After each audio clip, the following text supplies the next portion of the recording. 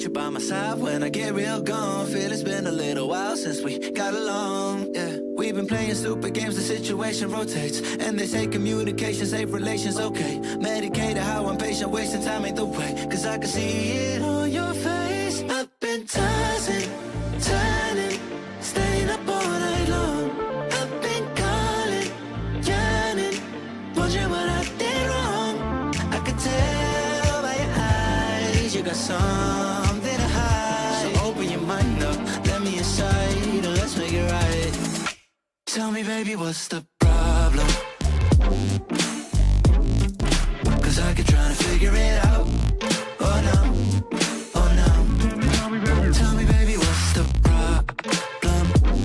I'm only picking up what you're putting down. You'll be tripping, I don't know what about. So what's the problem right now?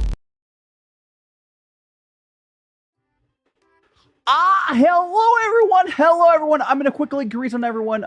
So very quickly, this is Politichu. I'm being joined. We're spilling seeds here. I'm gonna go in, do our usual scroll and say hi to everyone. So we can welcome on in Julie. It's for Crossers being first. It's for Mason, Troy, Adam. Welcome on in Yuki, Mars, Politichu Good, Spell, Mad Adder, Maxhan, Golden Bones, Nil, Ska, and we got Jinx Z, Donnie the Rando, and all lurkers, welcome on in. I guess we just have a Politichu. How about you introduce yourself? Hi, I'm Politichu.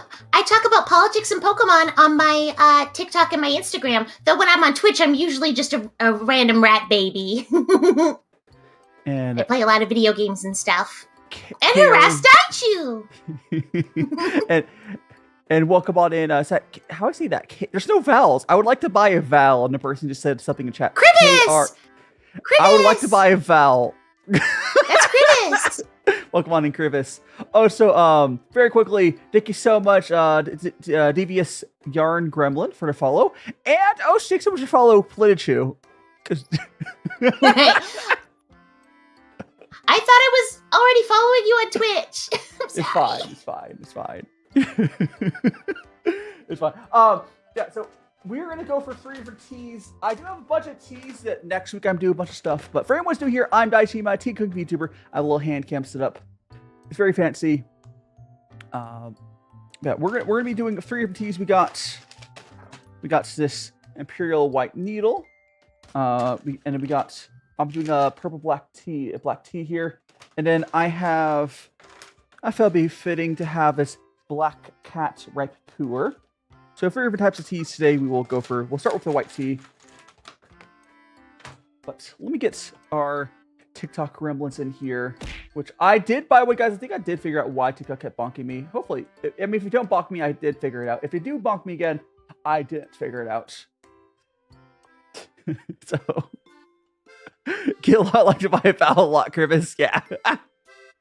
I might not have a crazy tea setup, but I'm excited to watch you do that. And I have under the table here a lovely London fog with lavender syrup.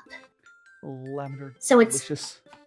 For those who are unfamiliar with the London fog, it's a beloved Canadian tea latte with Earl Grey, vanilla syrup, and like frothed milk of your choice. But I've also added lavender syrup to make it extra yummy. Like you didn't take part of the whole, who is that? Oh, so welcome on TikTok people. Welcome on in, Dinky Doo, and who is that cutie? It's Politichu. Welcome on in, Dinky Doo. Hi. I'm enjoying Politichu.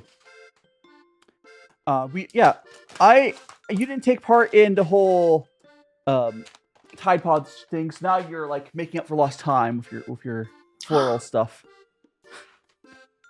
Yes. Yeah, I love a good floral thing. Like that's why I love lychee. No. Lychee are the flowers of fruit. So this is a tea we're starting out with. This is Silver white tea. Don't actually suggest buying from this tea shop. They started using AI, but I bought this tea a while ago. The teas doesn't like the tea. Their tea that I bought in the past is still good, but I'm not going to buy more, of course. AI ruins everything. It does. It does. I can't stand it. It drives me nuts. It's like, the dude was like not even paying artists. He just was getting free art from people, and I was like, no, that's too expensive. Free is too expensive. So they went over and he switched to, using AI, which is gross. So I get so many people like, I'll get people accusing me of AI, and I'm like, no, I'm a digital rat baby. I would never. Like they assume that it being like a lot of people who are unfamiliar with VTubers see my content because I'm doing political stuff.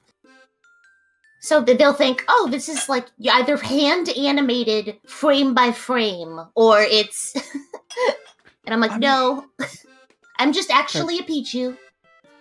And Senna, welcome on in. Danimals, welcome on in. Welcome on, everyone. We're gonna go, and I'm gonna show you. So this whole thing we're doing is called this is a gongfu tea ceremony. It's a Chinese tea ceremony. You don't have to do tea this way. I do like doing tea this way. It's very simple. It helps you get the best flavor out of tea. The tea, I'll show the camera again. This is the tea we're starting out with. It's very good. We're gonna start with a quick rinse of our tea. Now, tea rinsing has multiple reasons for it. The main one is it helps open up the tea leaves. Hiding XPS Pen and Moto. I lost the game again. I did. Oh, we did. I put the lid on there. We're going to like this. And we're going to strain out, just like you're having pasta or something. You're using the lid, and, you use the lid to keep most of the tea in there. The rest you can get with the strainer app. Yep. Matt Adder says, does nobody remember motion tweening in Flash? Not all animation has to be drawn frame by frame. I was in a Flash animation class. Oh, God, welcome. And Matt Adder, I think people don't know how anything works.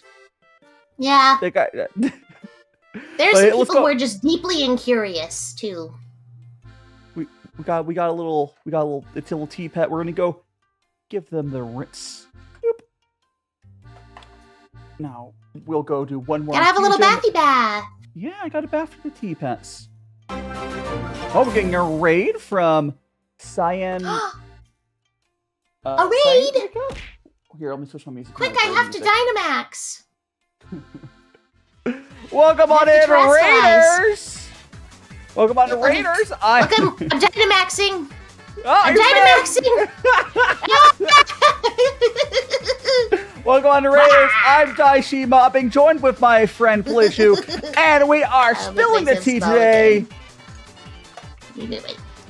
Well, what were you doing? Back to normal music. Welcome on in. What were we saying? We're chatting about Make Way for Raid, the 404 Prof, as someone who is a tech automotive. Yeah, no one knows what's going on in devices. That's 100% true. And Taco Dachi, welcome on in. Welcome on in. The 404's Improv are a Canadian improv group that spans the country. They're amazing. I did turn off Big Brain. That was Politichu making himself big. But yeah, I did that. I did that because we got raided. I had to do a Dynamax raid den. So nice thing with this again, the tea we're starting out with here is what's up, Gabby? Come on, Gabby. One hug for the chatters here. Quick hug for the chatters. More like a squish, like But here, anyways, this is the tea we're starting out with. Got that, and it has a nice little golden color. So this is a white tea. We give you a nice little golden and smooth color, and cut. Hopefully, okay. So I do want to very quickly remind everyone. Pokemon isn't Nintendo. The reason that Politichu can do basically, it's slightly modified Nintendo avatar, or not, sorry, it's a Pokemon avatar, it's because it's not Nintendo. You won't be able to do this with Mario. Straight up. Yeah. Basically, when it comes to that kind of thing, I'm fine for the same reason that a lot of like Pokemon creators are fine selling like Pokemon related merch and stuff for their channels, because I'm not butting in on Game Freak's market share. Like, I'm not mass producing Pichu plushies, you know? Well, yeah, but we say that, but I want to remind you, if it was Nintendo proper, they wouldn't care. Like. Yeah. Oh, yeah. If it was like straight up, like it was Smash Bros. If it was Mario, then I'd be dead. Yeah, it's not. Where to put my phone? My glasses! Where to put my glasses? No. But yeah, the nice thing. So this tea here is very it's nice, like smooth and sweet tea. Which is what I look for in these white teas. Oh, it's over there. Okay. Where is it? And my phone. I have to send the thing out. Mason wants to know. Mason Troy Adams wants to know why. Yeah, why do you have peanuts there? Okay, so the peanuts are tea pets. What happened to Pooh? Pooh's next to me. I had to make room for Politichu, which you can move a little closer to me, Politichu. Oh, I'll scoot. Yeah. Just scoot over a little more. Most of so TikTok. I just didn't want to have my ear in your eye. That's fair. You can go behind me. I'll move. I don't know how to do that. I have to move myself. You'll go behind me. There we go. Now you're behind me. Yay! So these here are these are tea pets, just like my other tea pets. Really, they're just there for the vibes. You do dump your rinses onto them, but they're made of clay. They're not real. I know you're probably everyone's so expecting. Yeah, everyone's so expecting. Like, oh, peanuts. No, they're little clay. They look really realistic, but they're not. Here, I thought you just really liked soggy nuts.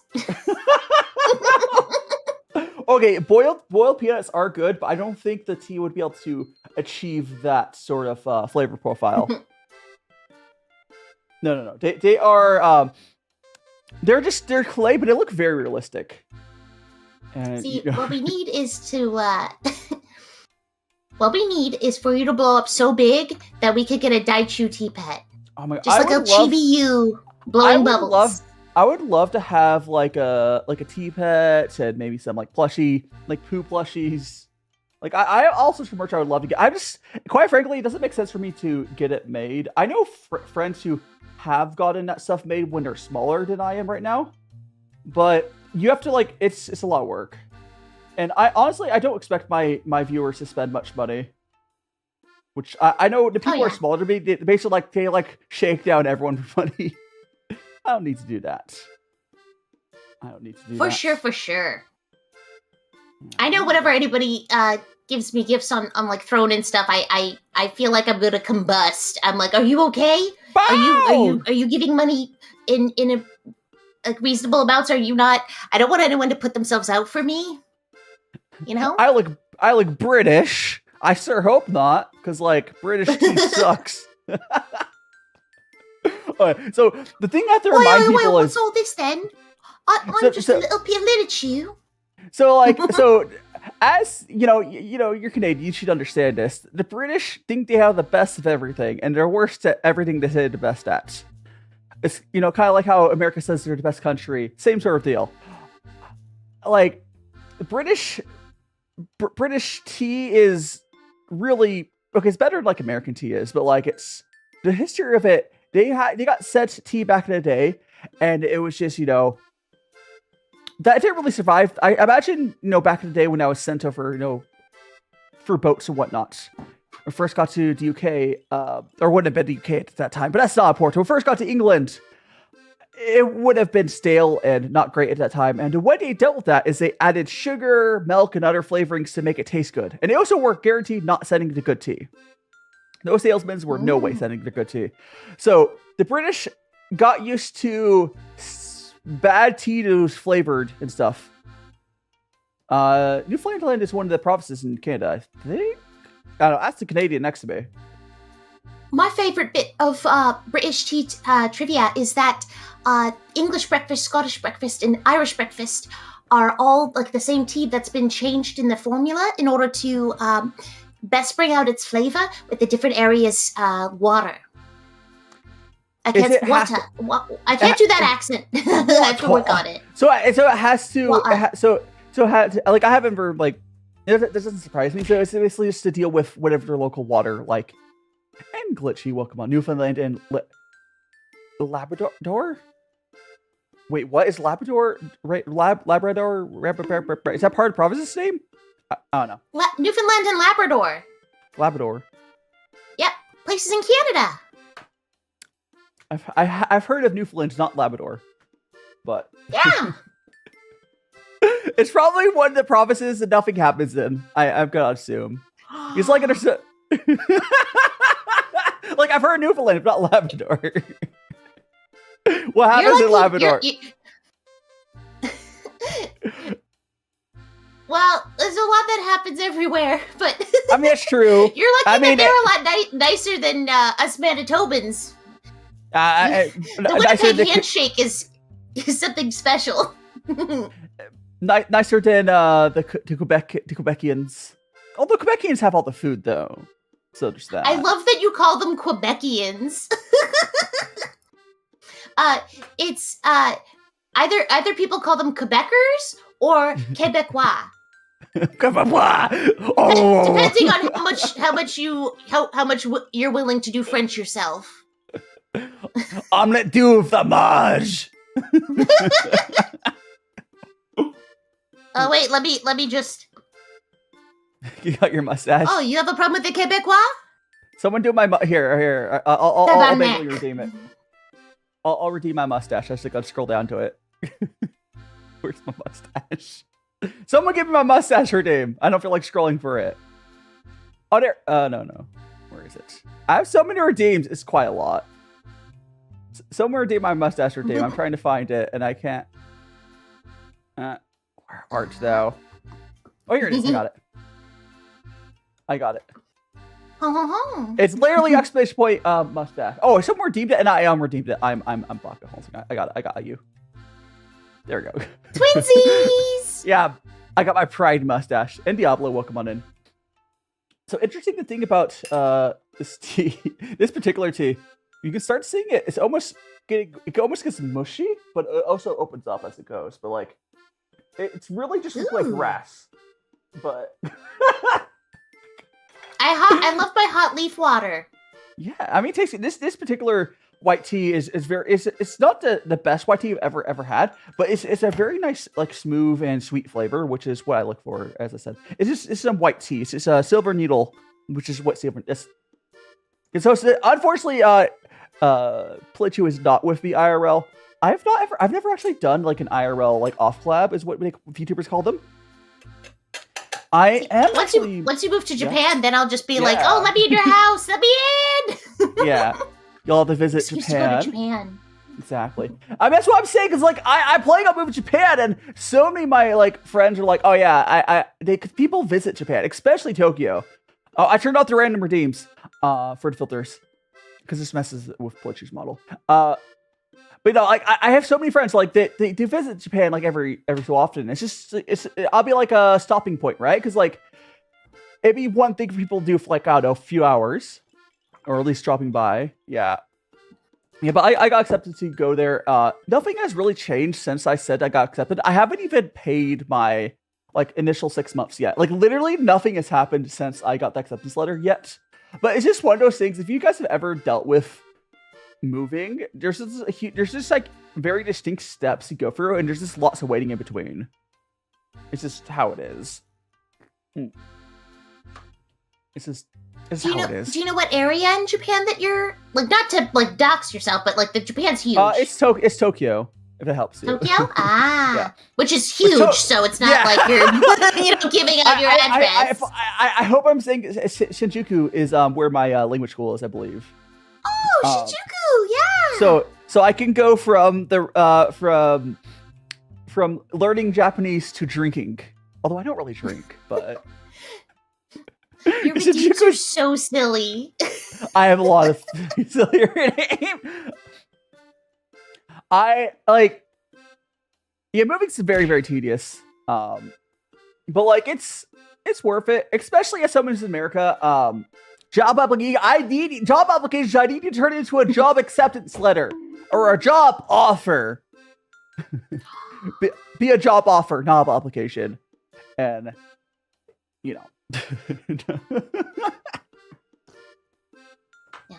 I just didn't know if you were going to end up in Tokyo or if you were going to end up trying to go for one of the really affordable old Japanese houses in rural areas because they're desperate to have people move into rural towns in Japan. I should kind of explain the process of how I'm moving to Japan. So I am moving to Japan through. Okay, so I know Canada's university program. Okay, I'm it's kind of dumb. You guys do like a 2-year thing and you call it your full. It's like. So you have to have a 4-year university degree for Japan to accept you as a job visa, like a work visa. You need to have a 4-year degree. I know a lot of my Canadian friends will get a 2-year degree, and that's more normal in Canada, from what I've been told. Or maybe it's just Quebec. Depends on the might just be Quebec. The job.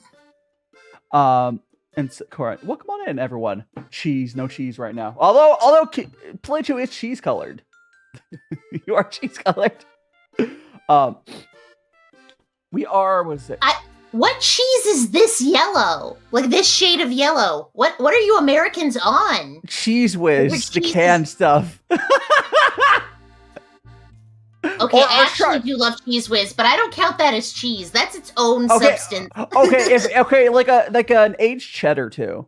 An aged cheddar does get like a light yellow as well. Because like sharp cheddar. Like, the younger cheddars will be like a brighter yellow, and the aged ones do get a pale yellow. Ooh. They're British. You can tell because Politichu, how do you rinse your dishes after you put soap on them? You rinse them off with water, right? Yeah, so you're not British. Oh, God. Have you seen that? Like, I've seen, it's not everyone. It's enough British people where, like, it's noticeable. Where they... Basically, what they'll do, they'll have like a tub and they'll wash it and they sponge it and they clean it up, but they pull it out of like the soapy water and they just put it right onto the drying rack. Like, no, you have to rinse it. there's some advertisements that did damage to British people thinking that that's how you do it years ago, and then they're no. Yeah. Oh, that's horrible. Yeah, it's. I guess it's added flavor for their food, but at what cost? That's because that's why you see these things, maybe, right? Give me the hamburger. Give me the hamburger. Okay, how do you say the vowelless Kyvie or how do you say the K person's name? Curvis. Curvis. How do you get Okay, I guess I gotta get Curvis from there. Still, I'd like to buy a vowel. No, Curvis, you were asking about the JET program. You still need to have a 4-year degree to get any sort of work visa. Okay, there's a few exceptions, but like for a JET program, you need to have a 4-year degree. I only have an associate's degree because, dude, that's bad. We're making tea today. Yeah, so I have to go in a very different direction. Hello, little gays. Oh, Nick Bennett and Rexy, welcome on in. What I'm doing is I'm going to language school for 2 years. And after that, if I like Japan, I will start like my own business. So that's a way I can move to Japan with, out having having to deal with like the degree issues. So let me check. You're good. Yeah, like if I were to like move, let's say. If I move, like, there's no other way for me to really move. The only other way I could really do it is if I were to start a business before I move, or Iron Bolts, welcome on in. There's a few ways I can move. There's the entertainer's visa. I'm not popular enough for that, or artist visa, I think it is called. Again, if you're decently popular, you would probably be able to move to Japan from under that. It's actually smaller than you think. I almost think you might be able to qualify for it. That's why, like, it's not as much people as you would think it would need. I can't remember how much you have on Japan. Yeah. I mean, I don't know if you have like what sort of university degree. You have a 2 or a 4-year, or maybe high school. But if you have a 4-year degree, it's not that hard. Yeah, it's just also complicated. With I have like lots of family ties, and I'd get so sad and lonely. You just gotta cut up. Okay, it's understandable. Honestly, with Canada, it's not as this text speech is member solely. With Canada, it's not as urgent for you guys to move, but like as an American, I need it out. You need out. Yeah, no. You need out. I could not even imagine living in America. I've told my family, like, you guys should move as well, but I'm getting out. Yeah, get gone. Do it. for sure. Thank you so much for the follow, Iron Bullets. Opposed to lead or copper bullets, I suppose. Wood bullets.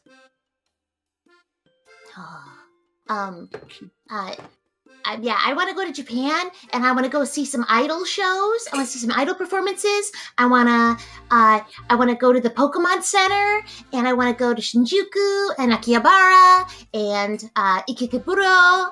I want to go everywhere. And that's the problem, is that like that would take 1 million trips to Japan to get everywhere I want to go. Yeah, like my plan. Like I want to go to Saga. I'm gonna have like 20 hours of classes a week. And then I'm also going to use that time. I'm also going to use that time to like do vlogging content and all sorts of stuff. Once I finish with language school, it switched over to running a business. I might actually have less time or more. I don't know.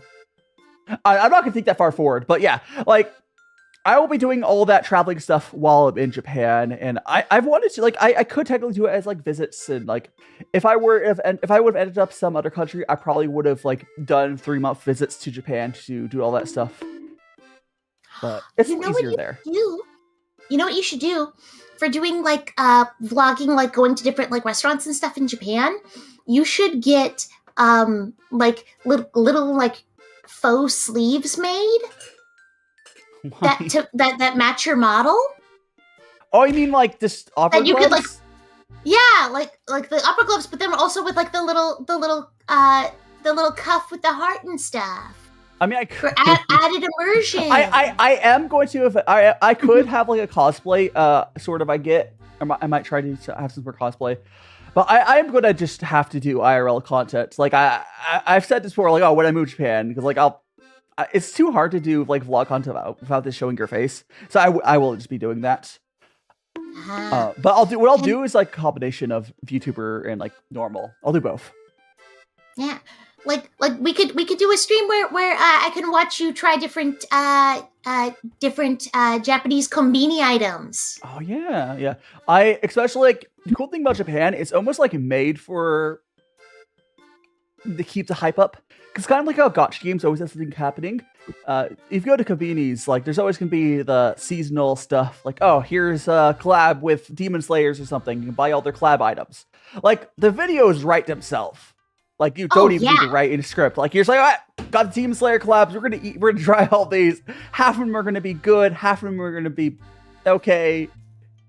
I think the interesting thing will be hearing about how you adjust to their grocery culture.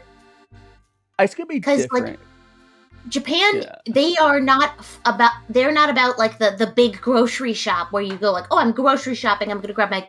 They're constantly buying like little bits of groceries, and they're doing it based on like constant variations on sales. Like you have to be on it. Well, I will say, as far as that goes, basically, they're just a culture because it's not hard to go to the grocery for today's food. So you just buy like 1 day's worth of food at most. But the thing is, I probably won't be cooking as much. It's like that's fair because you'll be doing vlogs and stuff. No, there's just cheap food you can get out. True, yeah. Yeah, hiding glass. Yeah, I'm doing GongfuTea. Welcome on in. I do t-shirts simply on Sundays. Did you know that's why Walmart really struggled in Japan? Because Walmart's whole thing is that they're like, we have low prices all the time. You know who did it's like, successful? There's a Costco in Tokyo. There's a Costco in Tokyo. It's actually doing really well too. But like Tokyo is only like 65. Yeah, Costco is doing a lot better in Japan because of the novelty of it too. Well, it's not just that. It's the fact that Costco is really good about pulling from local supply chains and adapting. That's true. The problem is Walmart doesn't adapt. I just in class, I'm a GongfuTea streamer. I'm currently drinking some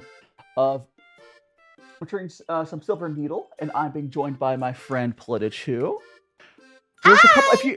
If you are interested in GongfuTea, I have a number of my community members who I've got into it. Kyra may or may not be around. I was really into it. It's always cool to find people that like. as someone who's doing something super niche, which is opposite of what Politichu is doing, let's be so real. After I was doing something very niche, it's good to find someone whenever, like, oh, you actually know what it is. You know it's Shitei. Because yeah, Pokemon is very few things are more popular than Pokemon. Nothing wrong with that, but well, I'm the most popular ever, and that's tangential to me being a Pokemon. But oh, definitely.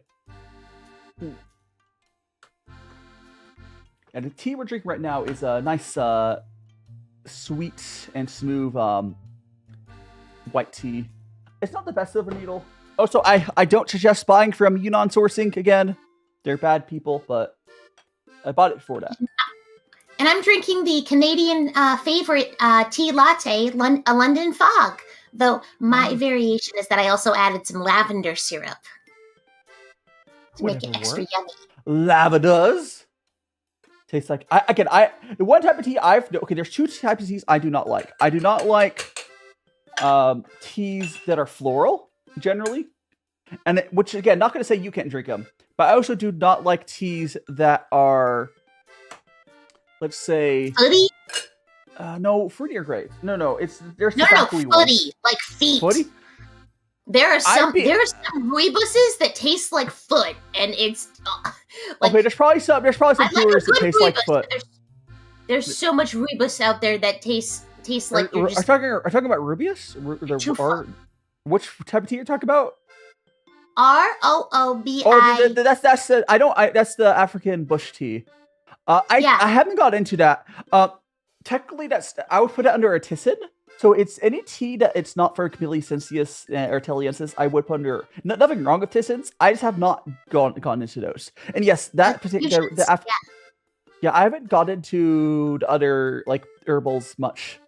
I want to eventually, but there's a lot of rooibos that's very good.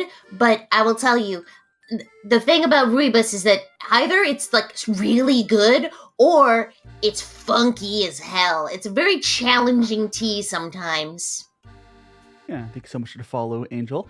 Yeah, it can be hard. It's different. It's a way different. It's a different plant. It's kind of like technically coffee is an herbal tea. It's that way. Like any herbal who gets popular enough will have its own name and refer to properly. Like I think Rubius or whatever you say it. Rubus? Whatever you pronounce that. You know, Rubus. It's definitely popular enough to have it to be referred directly. And it's had you have to brew it in a certain way. There's a few ones like that. But like you just have to be prepared for like learning it compared to like tea where it's tea is Camellia sinensis is fairly straightforward. And Kitty Boy, thanks so much to follow. I like so many teas. I like black teas. I like green teas. I like oolong. I like infusions of all kinds. I like a floral, a fruity. I do hate Pu'er. Too challenging, too funky for me. It's a Pu'er. You might have not had a good one, and also it's a very large range of flavors with it. I can describe different flavor profiles. There's also ripe and raw. Also, you want your picture? Yeah, go try the Pokeball. There's something else I was gonna say. Whatever. So as far as Pu'er goes, what flavor was the one you didn't like? Is it too earthy? Was it? It was just really funky. Yeah, there's funky ones. You don't have to have those. There's ones there's ones that taste. Is musky the right word? Musty is definitely, yeah. I don't like. Armpit. They're okay. They're like, yeah. There's ones that taste like armpit. There's ones that are like that. There's also ones that are. Some people do go for those. There's ones that are. There's one that I just got. It's supposed to taste like marshmallows. I have one that tastes like cocoa powder. And these are just ripe Pu'ers I'm talking about. So raw Pu'ers are kind of, I would compare raw Pu'ers or Shangs kind of like fancy green tea, but you age it. Because it reminds me a lot more of green tea. You're not going to necessarily, you don't get as much funky flavors with the raw Pu'ers, so you might be more likely to be in those. Also, it's going to be really hard for you to source them in Canada. Well, at least directly. Like, pretty much... I mean, you probably have a shop, but your shop also might not actually be good. It's really easy to buy There's a online. wide variety of tea shops in the city. Doesn't mean they're good. I really like for anyone who's in Manitoba, the Amsterdam Tea Room has my recommendation. They have some really great blends, and okay, so they're not good. Got it. I wouldn't trust that. I wouldn't trust that shop with their plain teas. No, they also have good plain teas. They do. I just like blends. No, because like generally, any place that does sell tea blends, they're not gonna have the better like plains. It's just like a market thing. Like it's a different market. They might have like they might be better than like obviously like Lipton or something. Oh yeah, the marshmallow Pu'er from LP. Yeah, Glass. Yeah. I can actually pull up the thumbnail for next week. I grabbed Liquid Porce is a local US based tea shop, which unfortunately I think there's still a bad tariff between Canada and the States, so you don't bother with that. But they have this thing called a venture box, and you give them like X amount, like $100, $200, whatever, and they kind of like, oh, so you tell him what sort of tea you like, and he's just going to sort of like go through it and like pick from there. I can grab the mushroom tea in a second, but let me grab the tea here. It's gonna cover the whole screen, but here. So I got a bunch of teas. So this will be next week. This will be my last tea I buy in the States. It's a lot. It's 29 different teas. I'm not drinking all in one stream, but it's gonna be basically every week outside of collabs. I'll have new teas. It's so much. I've had to put it. I took a picture on my couch. That looks so good. So Max, blends can be nice. It's just a thing of the best teas are for a shop that sell literally ultra specific thing. You want to find a shop, they'll sell an oolong from one region. If you want the best oolongs, it's like, all right, we sell oolongs for one place, for one farm. And that's going to be the best oolongs. The more hyper-specific tea shop is, the more likely is going to be good. There's very few examples of tea shops that sell blends and plains, and their plains are actually like anything extraordinary. They might be decent at best. They're probably better like Lipton or something. Like they're probably decent, but like you can also probably buy better from like White Tea online or something. See you later, Mason. Bye, Mason. Jinx. I had to see where I put my. Oh, I think I put it. Oh, I grabbed the tea right now.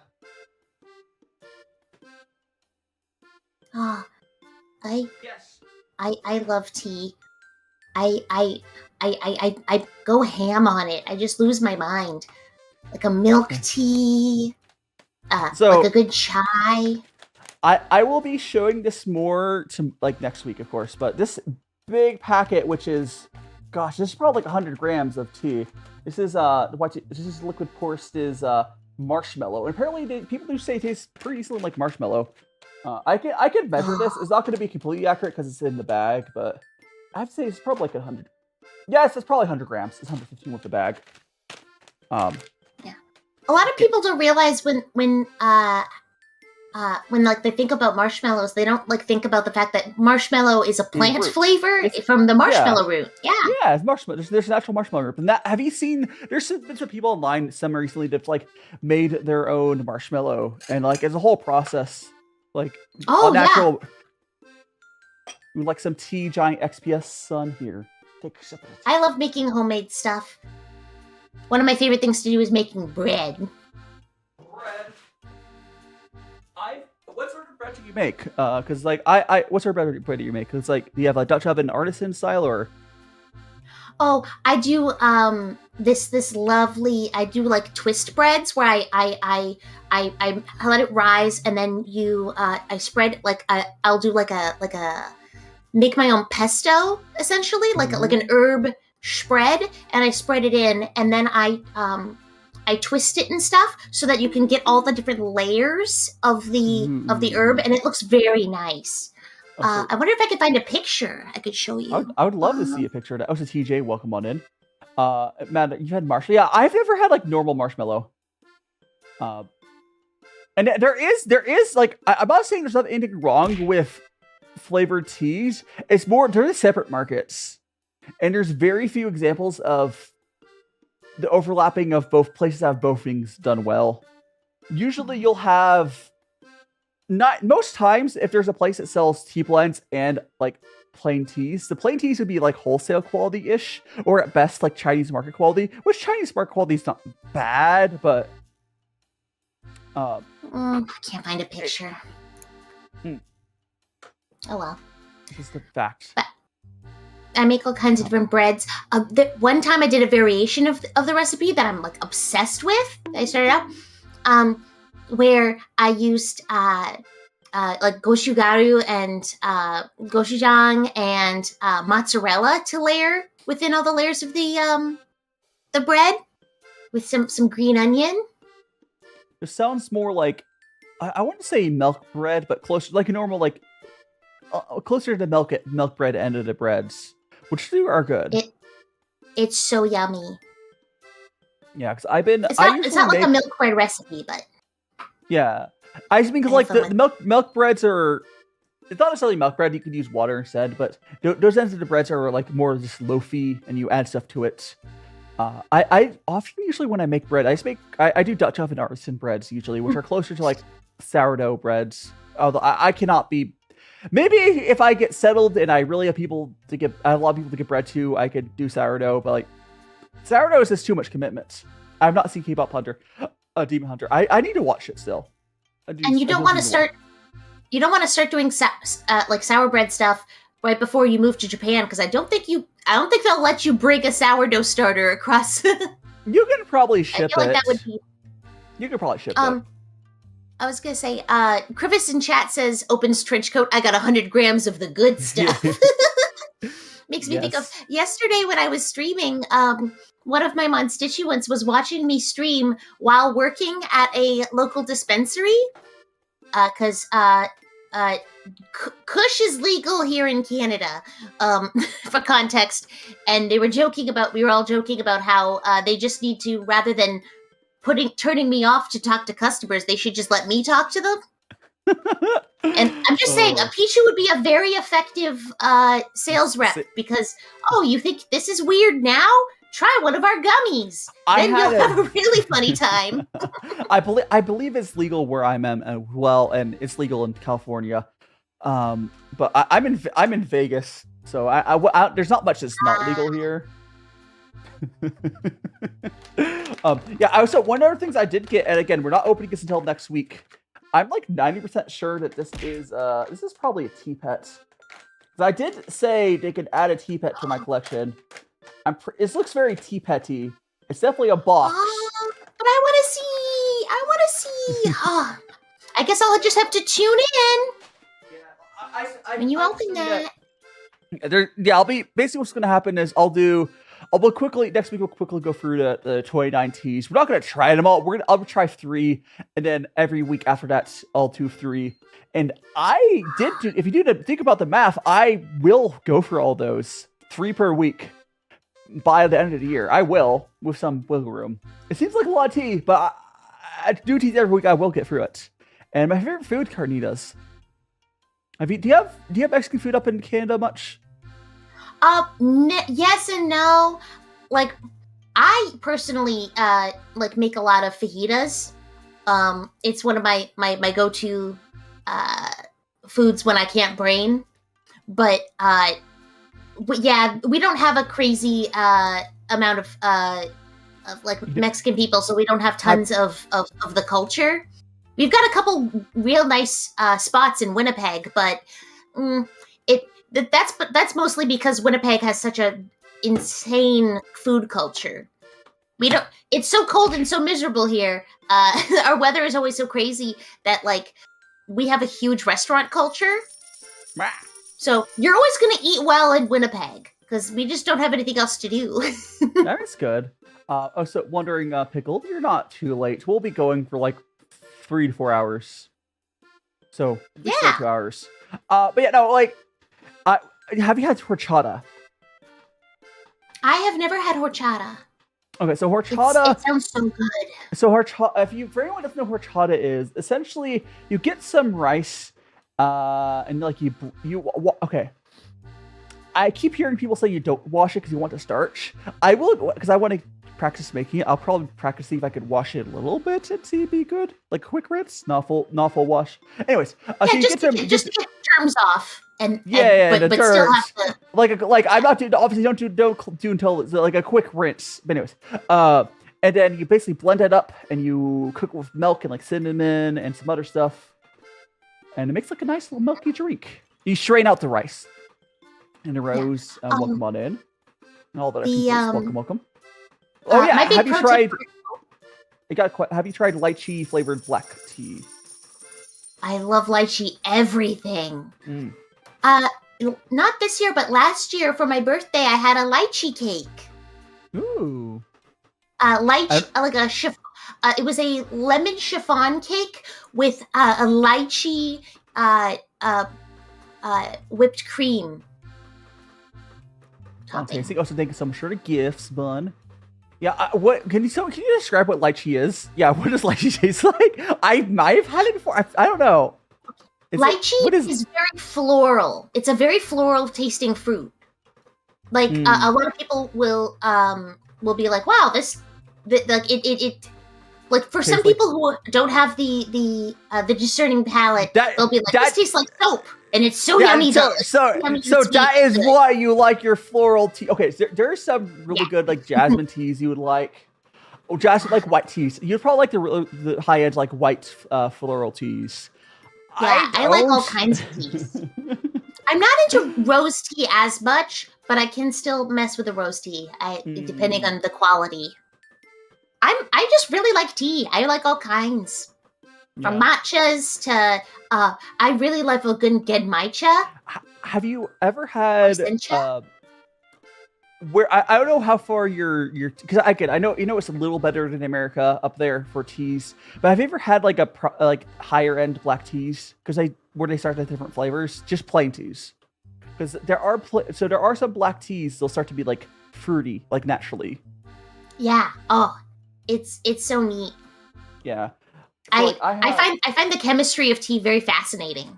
Yeah, so like this tea here, this wild black tea has like a naturally fruity taste, and part of the reason that it has a naturally fruity taste is it's a wild grown tea, and which makes it so. If you want tea to taste good, you want it to be suffering. And Aaliyah, welcome on in. You want tea to have a rough life essentially to get that complex flavor. And then also will pull more flavor from the land around it. So when it's a wild grown tea, it'll be more like, like random, fruits and whatever, I just realized something. Yeah. I have to find it.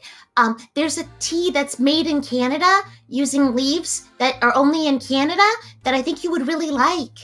Yeah, there's also there's a North American, like, again, it's probably, I assume it's a Tissan, which is nothing wrong with Tissans. I just have almost no experience with them. I would love to try it. Have you ever had sea buckthorn leaf tea? I don't think so. Like I said, I haven't tried Tissans in general, or herbal teas much. Like I tried like herbals earlier on when I was first getting into tea. I haven't done as much. Again, I should send you some if you ever want, because it's one of those things that it can't be like mass produced because it's a lot of a pain to harvest and stuff because it's a sea buckthorn leaf. I think that's the one. There's also a Native American herbal that's really good. It might be the same one. It might be that one. Does that also grow in like all of North America, or is it just Canada?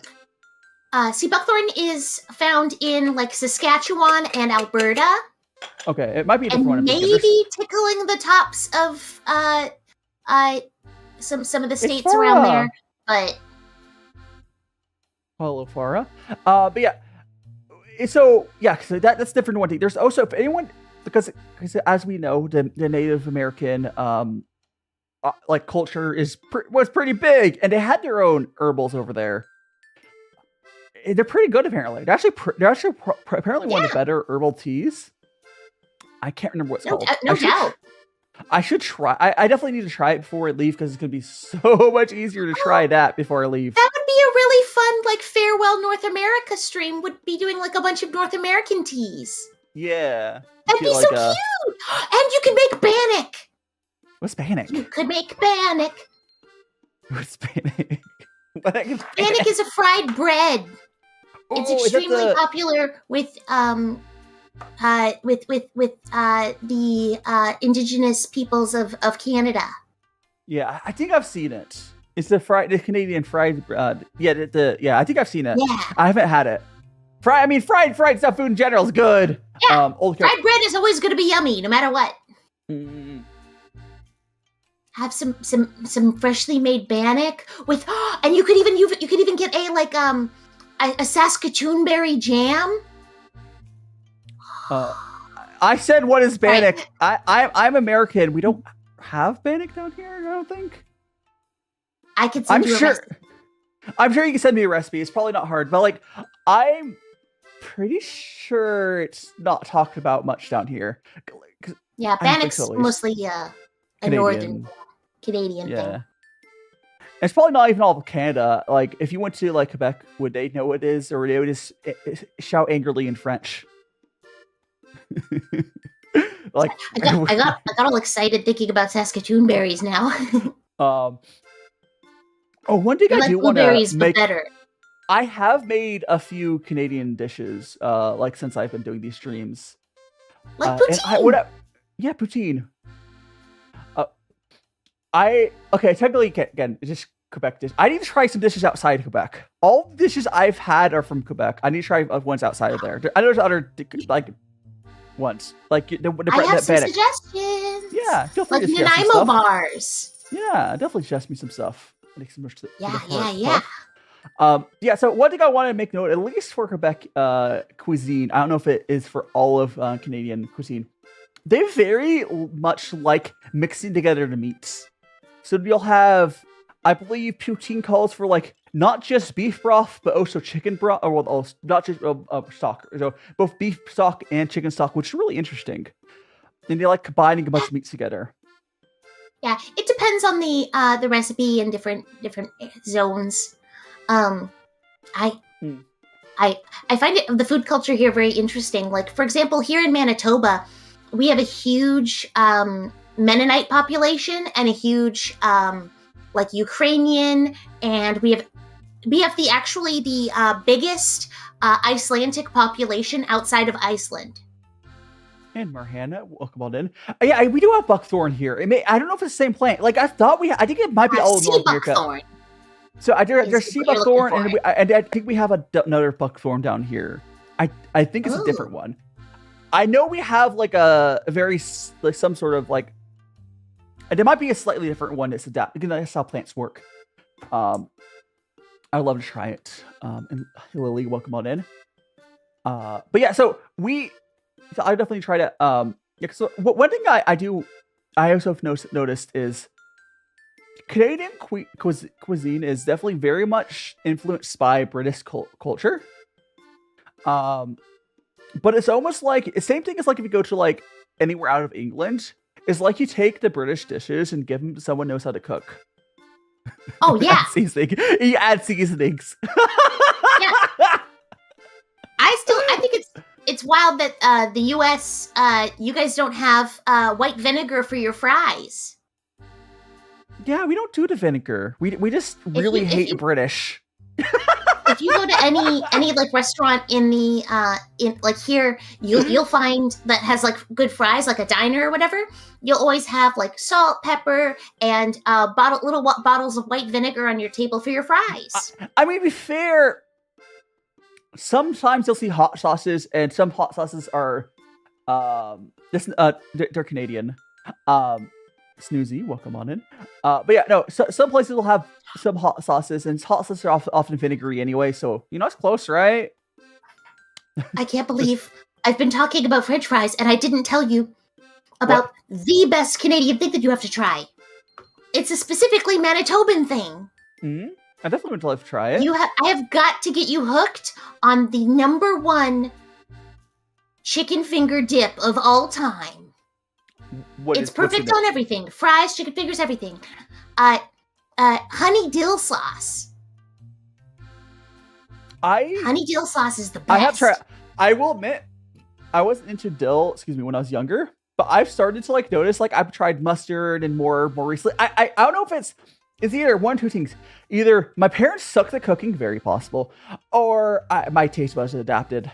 There's one or two, maybe both. So I know I didn't like a lot of stuff when I was younger, but half of it is probably my parents couldn't cook because But no, I definitely should try that. It's just like just a normal dill sauce for stuff. I definitely have heard of people having that. I'm very lucky that my sweet Alolan Raichu mama was always very good at cooking. So I was always spoiled. My dad is actually pretty decent at cooking, but there's just like things that they've brought over from like a parents' generation, like they boiled veggies at times, like it's just like the old, like the generation before my parents were, for some reason, everyone boiled veggies. Don't know why. Yeah. If you're gonna boil veggies, do it in a hot pot. Oh yeah. Where you're actually, consuming the broth where the veggie flavor is seeping into. All the vitamins and all the flavor is going into the water. Don't dump out that. Yeah, my favorite sauce that I do like as a quick sauce to make is just like it's literally it's called fry sauce. It's the mayo and ketchup. Oh. It's actually good. Like mayo and ketchup is actually a solid. There's no reason to ever buy it. Like it's so easy to make. You just throw it together. A lot of sauces do have mayo or ketchup as like part of it. Yeah, like an aioli. But by themselves, it's similar to that. It's similar. Yeah. You can add a little. Oh, also you can add a little bit of chili oil to the fry sauce that I do sometimes. So you make like a spicy one. So you add mayo, ketchup, and a little bit of chili oil. It's really good. Have you gotten chili oils? Oh yeah.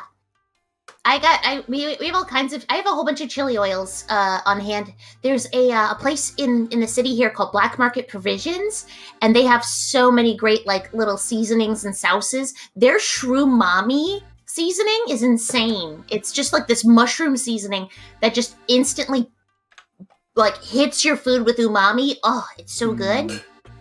And I always gotta have that Lao Gan Ma in my house. How else am I gonna make pepcorn? I do have here. I'm gonna grab my chili oils for you real quick. I have more than one. Are you gonna flex on me? Only a little.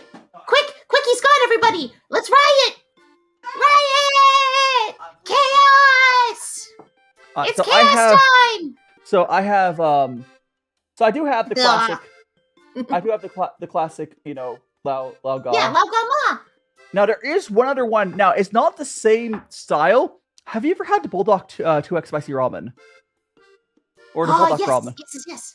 So this stuff. I've had the super spicy Bulldog. This stuff straight up tastes like the Bulldog spicy sauce. Ooh. Yum yum.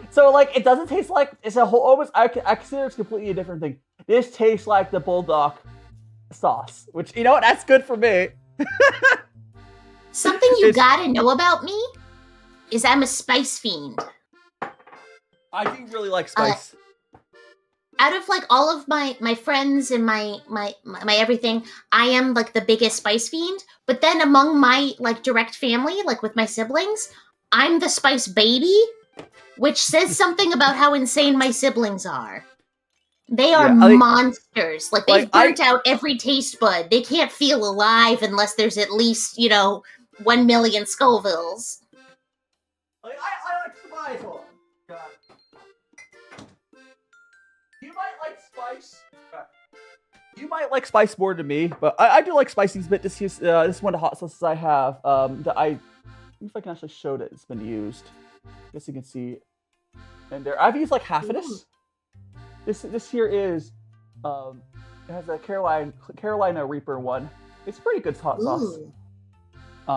Lights are good because like that. I don't know what the Scoville's on it is. I don't know if it says on there. Probably somewhere. What level of like if you had to order Thai food and they gave you a scale out of 1 to 10, where would you usually order? Oh, I haven't got a been. gift attack. Yes, I got gift attack. The Night Star. Thanks so much, the Night Star. Oh, I can't believe they're Delibird. They used present attack. I don't. It's been a while. It's been a while since I've gone out to eat like place. I've been so for real. I've been a hermit for the last 5 years. I moved to my current apartments right during the lockdowns, and I have not seen. I've been mostly a hermit during this time. It's just this is how it worked out. It's so sad. Because all the people around, there's the type of people around here. A lot of them don't wear masks. It's been I've been trying not to get sick, and I've successfully done that. It must be so hard not being popular like me. I'm sorry, I'm bullying you. Maybe. No. For real though, I can get why also, like, especially because in the States, it's a lot. There's a lot more people being about health and safety. What is it? What's that? Not that Canada's perfect. Not that Canada's perfect. Yeah, it's particularly where I'm in. It's a mix of type of person that's going to Vegas during this whole time is type of person that not the best type of person. Like locals are often, especially in Vegas, locals are pretty fine. It's not the locals you're worried about, but it also spreads around a lot because like. Oh yeah, because also it's a tourist the type of person that went to Vegas when they opened up back when they shouldn't have been opened back up, and then COVID went all around everywhere. Yeah, those tourists. Yeah, the exact type of person you would expect. And that spreads to the workers because a lot of the people here working like on the strip and whatnot. It all spreads around pretty quickly. Yeah. So like, it's not necessarily the locals are an issue, which is honestly is always the thing, right? Like it's opposite. Depending where you are, the locals here are fine. Like it's how it is. We have very transient population here. But yes. Yeah, I have I want to go to Vegas one day. Not for any like wild reasons, but just because like I have fellow creator friends who always go, and I'm like, oh, I just want to hang out with friends, you know. I mean, it's fair. I will say Vegas is kind of like not as good as it used to be. It's really expensive now. Maybe try and like the stuff that I would enjoy there is very different than what like I wouldn't be going if you're not going to the strip, there is some really cool stuff. There's some really good museums. We still have there's some stuff to do. I love a good museum. Yeah, that's my idea of a fun time is very different from the stereotypical Vegas fun time. Yeah, like there's cool stuff in Vegas outside of the strip. There's like the Mafia Museum, or not Mafia. It's the Mafia Museum. There's a lot of cool stuff. Shout out to my friend Jan in the over in the Spike Feeders. They're a Manitoban Magic the Gathering channel. Oh, nice. Yeah, so they're always going to Vegas because of the Magic the Gathering stuff there. Oh yeah, there's also I think TwitchCon's down here as well. Pichu gone wild trip. They got Quasi, as in like the Quasi from like Dropout and stuff. They got him hooked on honey dill sauce. I'm very proud of them for that. Dropout's great. I've been getting into Dropout. I finally got I've mostly watched the main thing I've watched is Game Changer, and I branched out. I started watching Dimension 20 recently from the beginning. Have you watched Gastronauts yet? I have not. Show? I know of it. I haven't gotten around to watching Gastronauts yet. I know it's good. You'll have a fun time with it. Gastronauts seems fun. I love Dropout. I watch it constantly. Like I gotta be on top of all the shows. Have you caught up with Game Changer? Oh, of course. Game Changer, like it's a thing in my household. We all gather around the television. So I know Ambrosia does one of my community members, Ambrosia. They do their weekly watch of Game Changer. I just watch it whenever I get around to it. The episode that they hyped up like 2 or 3 weeks ago, the one where they like the views counted towards the stuff. Yeah. I was so underwhelmed. Okay, the episode wasn't bad. I would have liked it more if they just didn't hype it up at all. It wasn't bad. And they just hyped up so much. They hyped. Well, they wanted people they had to hype it up because they needed people to kind of be aware of what the challenge was because it had an audience participation factor. I'll be honest. I bet like 90% of the viewership wouldn't have cared either way. 90% of viewership would have just watched it like months later and not cared the difference. My favorites from this season are Roulette. I really like was that fantastic. one. But what was to say? Jeremy Culhane has the same kind of energy as I do, which is I live for the chaos and I like causing problems on purpose. What I want to say on my slide is which to me was funny. All of the episodes since the one they hyped up with the viewership whatever, they've been better than that one, which that's what I thought was kind of funny. They hyped up an episode, and the episodes immediately after were like way better, which is fine. Like maybe they knew that episode needed the hype versus maybe. I don't know. It wasn't bad. It was just like I would have enjoyed it like twice as much if I just randomly watched it. That's fair. Sometimes hype can ruin something for you. Yeah, I was expecting it to be live because that's the vibes they're giving. And we watched it, and it was like, oh, I could have literally watched this weeks later. Yeah, I really liked. I lost it. I lost the thought. It's gone. And matter, yes, yeah. The gastronomist, whatever. Yeah, it's a food. They have food one. Definitely, I just trust that. Yeah. After I had COVID, my brain has gotten worse, and it sucks. Yeah, my brain's like this. I don't think I've had COVID. My brain's just already like this. I get so embarrassed sometimes. I'll be streaming Digimon, and I have to like look at. Okay, I have this many slots in my team. Like different Digimon cost different amounts to add to your party, and I'm like, okay, so I have 52 out of 65 slots. And then I have to sit there, and I'm trying to do mental math to know how many numbers that is that I can put in. And I get so embarrassed because my mental math got so much worse post-COVID. Yeah, it's rough. It gave a bunch of people the equivalent of ADHD, and it's worse if you already had ADHD, from what I can gather. Yeah, but I'm autistic, and I have severe asthma. So if you didn't already have ADHD, COVID gave it to you essentially. Oh yeah, and so my asthma got so much worse too. So I've been really struggling. I've been basically a hermit all summer because of the wildfire smoke has just made it hard. Anytime I go out for a day, like I just go to the store, I then have to spend like the next day like coughing and wheezing. It sucks.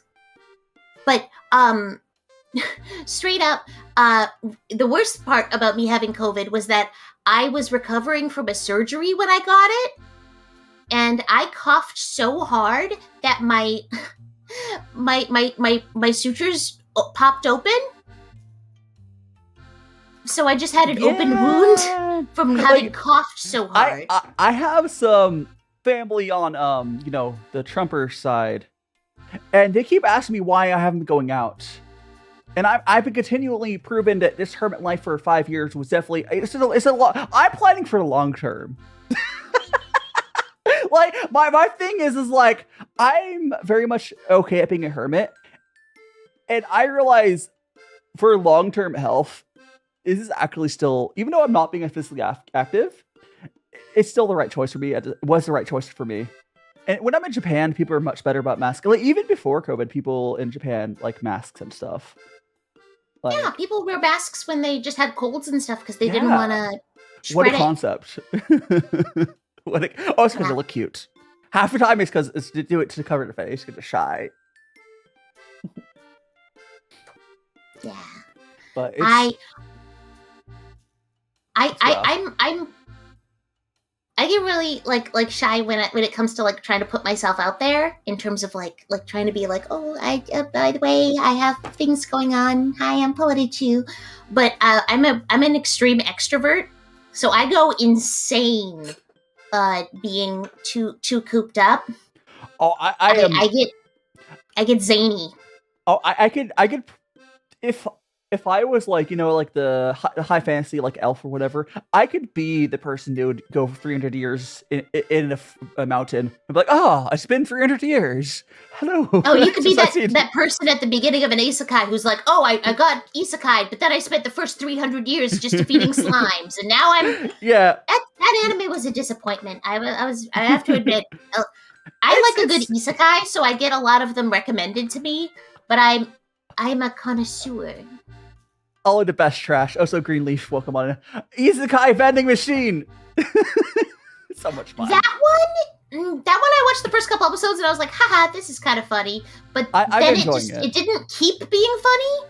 Like, it didn't escalate in interesting ways. I was hoping with it, because the whole thing is that this guy is like, his personality is like, oh, he was obsessed with vending machines. So I was expecting like neat vending machine trivia and they do that like trivia about like the history of instant noodles and stuff. And I was watching that, but it didn't go in depth enough for me. It didn't scratch the itch. I want full autismo. Okay. It does. It goes in a bit. It's like he'll get his new vending machines powers, whatever. Spoiler, I guess. But like, yeah, spoiler for vending machine anime. Like, come on. So he gets different vending machines. And he does explain some of the history in it in a very fast-paced way, though. If you want really in-depth, it's not that. But maybe manga did it more. I don't know. It's Cat Ghost, welcome on. You got a question. What culture food do you like? Okay, my favorite food culture, I have two favorite food cultures. One, Mexican cuisine, or / Tex-Mex, which is different than Mexican cuisine. Yeah, very different. I'll say them together, because they're both good. Taco night. Fucking why? Okay, white people tacos are good because meat and cheese is good. Yeah, like it's not okay. White people tacos are good, but like real tacos are good too. They're just not the same thing. They're not the same thing at all. But no. So Mexican, Tex-Mex, and then Indian cuisine is my other favorite. Indian food is so good. Apothecary Diaries is good. Yeah. Apothecary Diaries is pure autism. I love it so much. I love it. So yeah, Mao is definitely autistic. Mao Mao's an autistic legend. I love her. If you like Apothecary Diaries, check out Ascendance of a Bookworm. Is that just Bookworm or so? It's the same energy.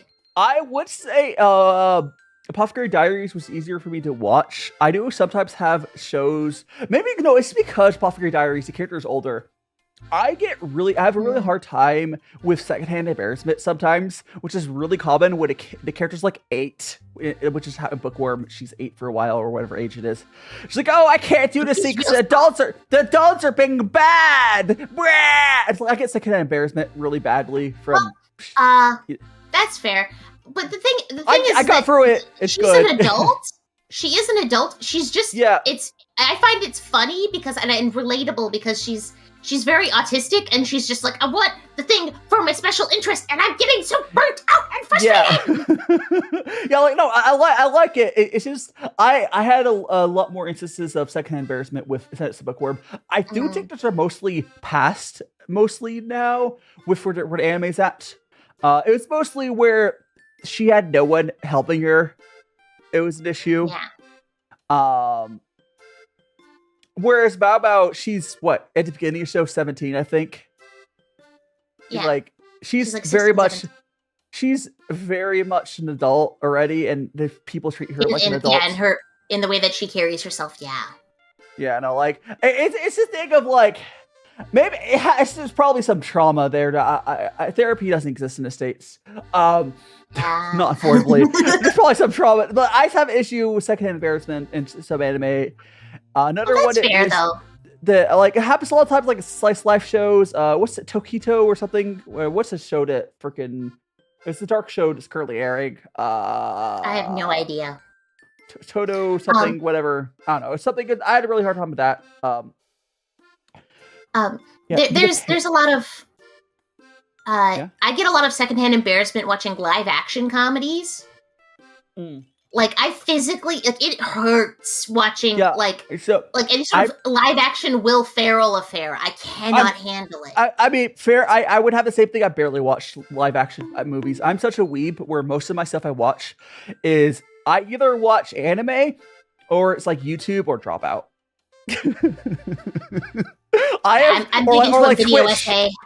Or Twitch or YouTube. Like the rare time I will go download like a Marvel movie, which I will not pay for Marvel movies. They don't deserve money.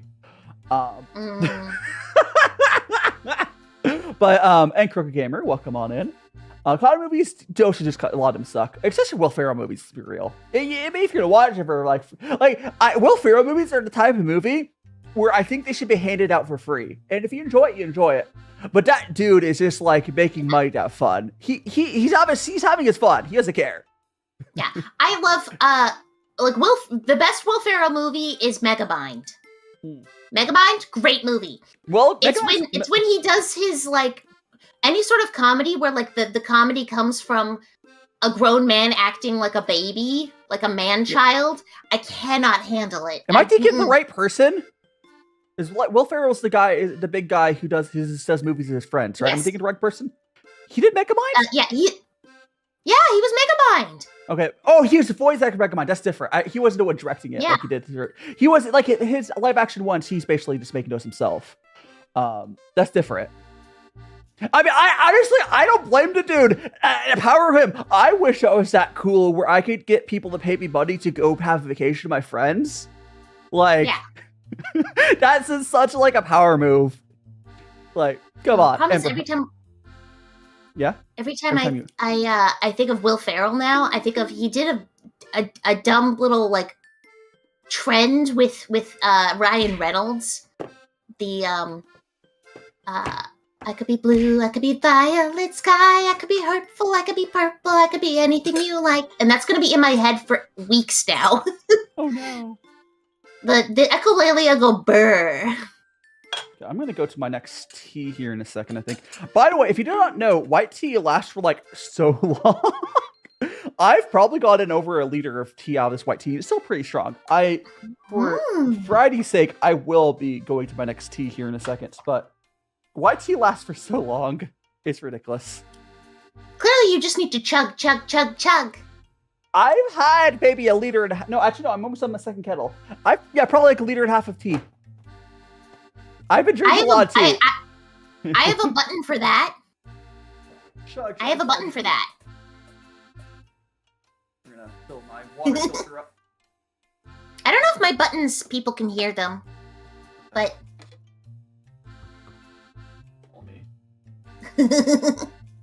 No, I don't think we can't hear them. Vtuber Studio. Ah, that's a shame. I have a on my stream deck. I have a whole bunch of different dropout sounds, including from Never Stop Blowing Up. One of the NPCs, he says, "I can't stop pissing." So I use that button whenever I need to go to the little Pichu's room. What you could... That's going to be you after all this tea.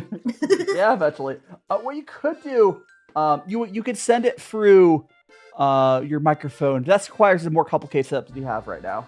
There's a way for that to work. You can't... Vtuber Studio isn't the one you're doing a sound on. That's on some other part of your software. It's not Vtuber Studio. Max Han, if you need more anime manga with very artistic adult characters, it's not an anime as of yet, but it's a very, very good manga, like a very good like webtoon situation.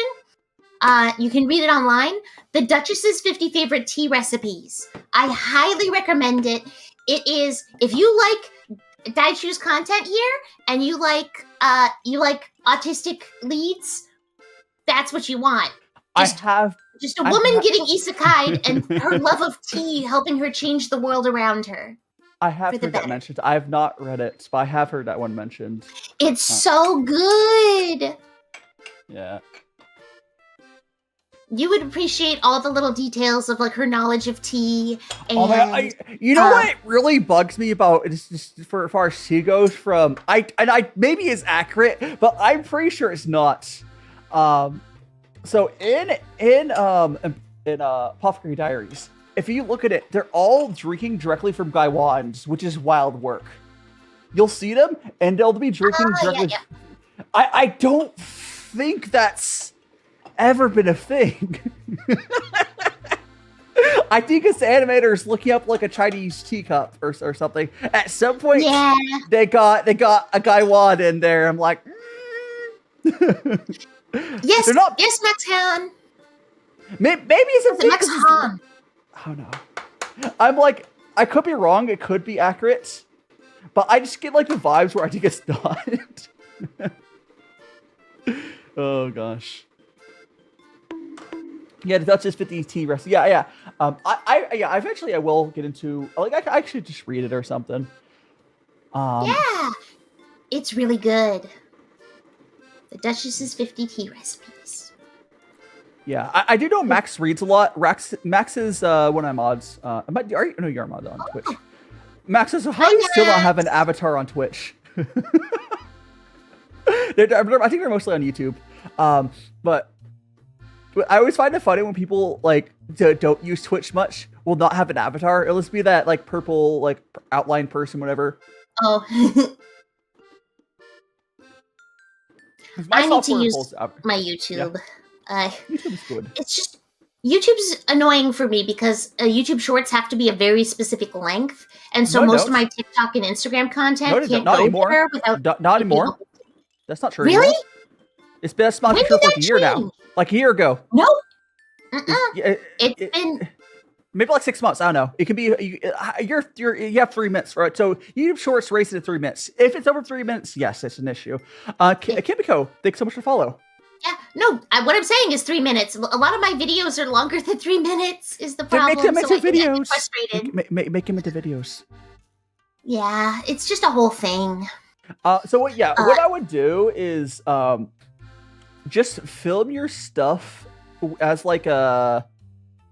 You can record it at like I don't know 4K or something, and then crop the TikTok version into the vertical, and then for YouTube you can like you'll have to like do slightly separate because you put assets up for the YouTube version. You can put them on the left and the right of you, and obviously like, it wouldn't be that like what I'm talking about is I'm only suggesting this because it's not that much more work. Where you basically export one where the assets are on top of you. And the other version where the assets are, left and right of you. Yeah, it's just annoying that I have to edit it twice. But I know I should be putting myself out there more as a content creator. But I gotta. You should. Are your stuff over 8 minutes? I don't think they are they? Okay. No. Make them longer. You get more money. People be like, when are you doing full long form content? I'm like, I have trouble getting all my short form content and my streams and my everything done. I have so many like stream clips I want to edit, but I never have the time. You know what what you could do is you could just do what's the keeps happening guy's name? Stuff keeps happening. Does anyone remember what that guy's name is? You'd like him. He's a political creator in the States. Oh gosh, what is he? I can scroll up. I've literally posted him recently. It was Hi Poison Bennett. And divorce. Here, I'll put it. Thanks so much for the follow. That is the Shiny Mew travel Japan. Are you in Japan, the Shiny Mew? I'll be moving to Japan soon. My country is Pokemon my squad. Oh, so Poison Bennett. I think it says Poison or Bennett or Hennett. Poison Bennett. Well, now we have another Bennett. Well, thanks so much to follow Poison Bennett. I am DaiShimaVT, cooking VTuber. I'm just gonna forward. This will be easy. I'll put in the collab chat. This creator, I'll put in the collab chat.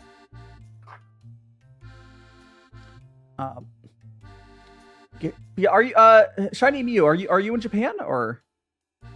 I'm curious because I am moving there very soon. Well, end of the year. Yeah, but what I could suggest though is finding some sort of way where you do like a monthly video or weekly. Not as often.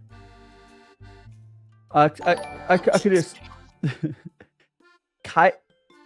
I'm gonna give you a nickname. Okay, so I want you to explain how to say Krivis. Krivis. Let me give. It's Krivis. Krivis. Let me give it a Krivis nickname. is one of my mods, and it does a lot of like clip editing for me. Is a legend. Yeah. Yeah, there we go. I was making. I was actually good. I give him a nickname so I can pronounce it. I gave him vowels. You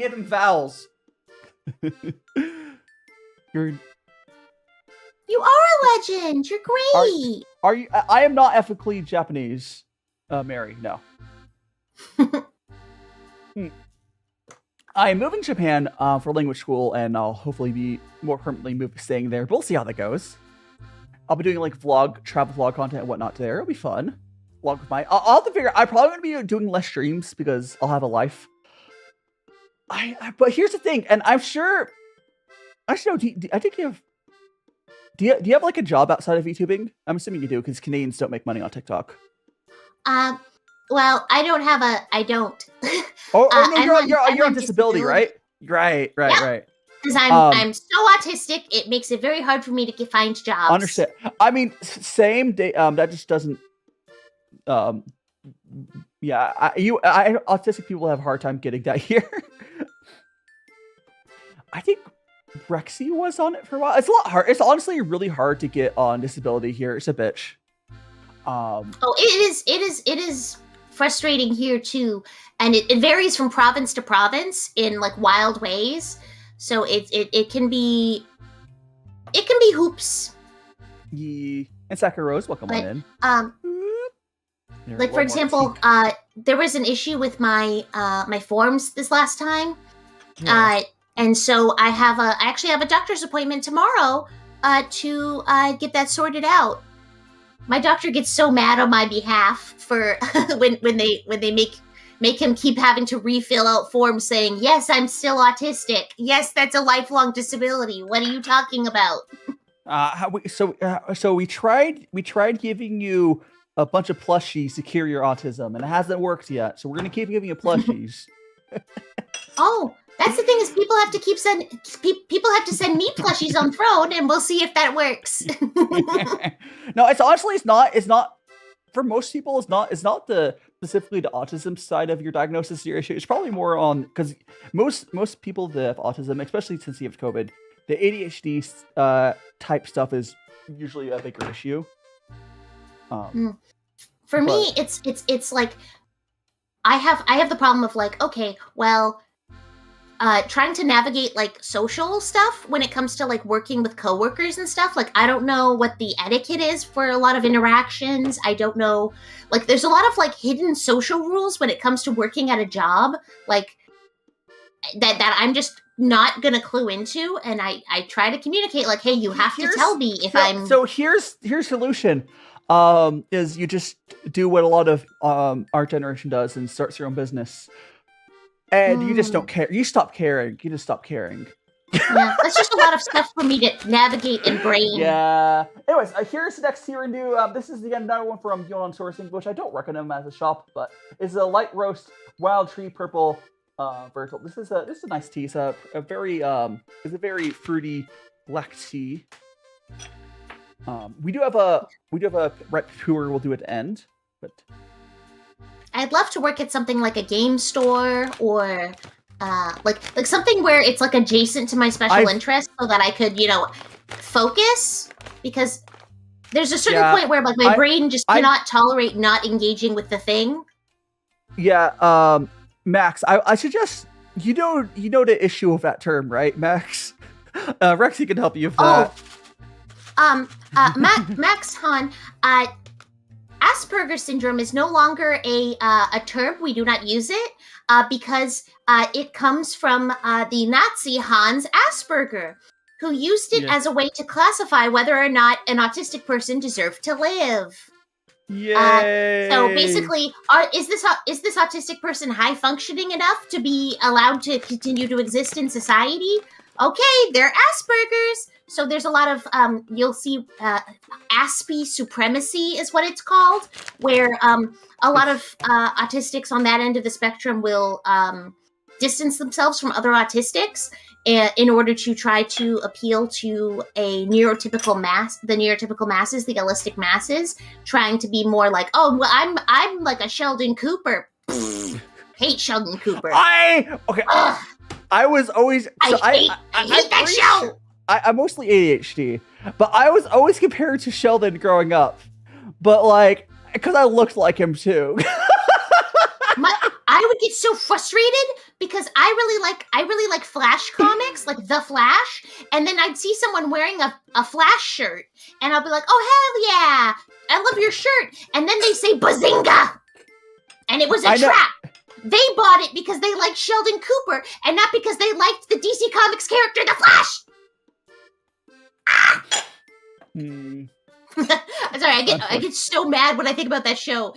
It set back, like I swear it set back autistic culture. Like people were. It made a whole new generation of autistic dudes who think that being rude is okay because they're autistic. And it's like, no, you're just an asshole. Like you can't. Sometimes, it's so frustrating. sometimes you just gotta go though, because like, the thing is like, as I've watched stuff, I don't think anyone's following social norms. Just do you. I've stopped caring what people think of me. I've just stopped caring. Like sometime in high school, I stopped caring, and everything's been so much better since. I've been kicking around a script, a theory of mine, which is the economic theory of cringe.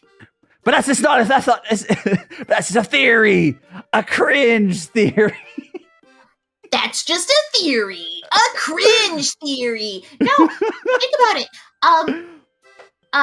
Why millennials are so cringe?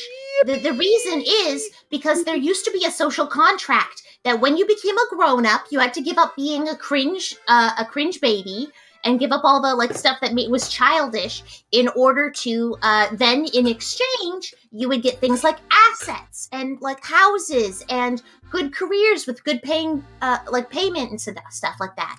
Why? Because millennials have been denied that, there's no point in them giving up all their cringe. Yeah. Millennials are cringe because they didn't get to be grown-ups. They didn't get all the good things about being grown-ups, so why not be cringe? And D the man. Well, yeah, tea. We're doing this is some black tea we have right now. We just brewed a couple cups. There we go. What's cool about is if you notice the color of this is definitely more of like an amber color, whereas the other one was more of like a yellowish. I mean, it was white tea. There'd be different colors. You'll see when we get to our last tea, the right Pu'er, it'll be more of like a black. Bathing the babies. Yes, I did give my tea pets some water, of course. They got their tea. Poison Bennett highlighted their message saying, I love Cookie Run, Honkai Star Rail, and Moshi Monsters. How do you like this message, Diane Politichu? I would like to point out, Poison Bennett, my software does not show highlights. So, did not know that. Maybe I should turn that redeem off. My software. What? I'm watching it for now. No, it's fine. I see all the messages. I have TikTok, YouTube, and Twitch combined. The highlight feature, it doesn't even say you redeemed that, which is really funny. Yeah, I can't see the YouTube chat right now. I can only see Twitch. It's on screen. But you have to. But anyways, I love. I used to play. I never got to Cookie Run. I did play Star Rail a bunch. I didn't play Moshi Monsters. I know people who did. I played Genshin I used to do a lot of gachas. I did use a lot of gachas. I played Fate Go for a while. I just don't have the time to. So many games have so much time investment. I have Zenless Zone Zero on my phone. I have Star Rail on my phone. I have a juicy Genshin account, but I haven't touched it in a long time because it takes so much time. I had such a strong Genshin account back when I played it, and I got tired. And Miyaso Milk and Gashi and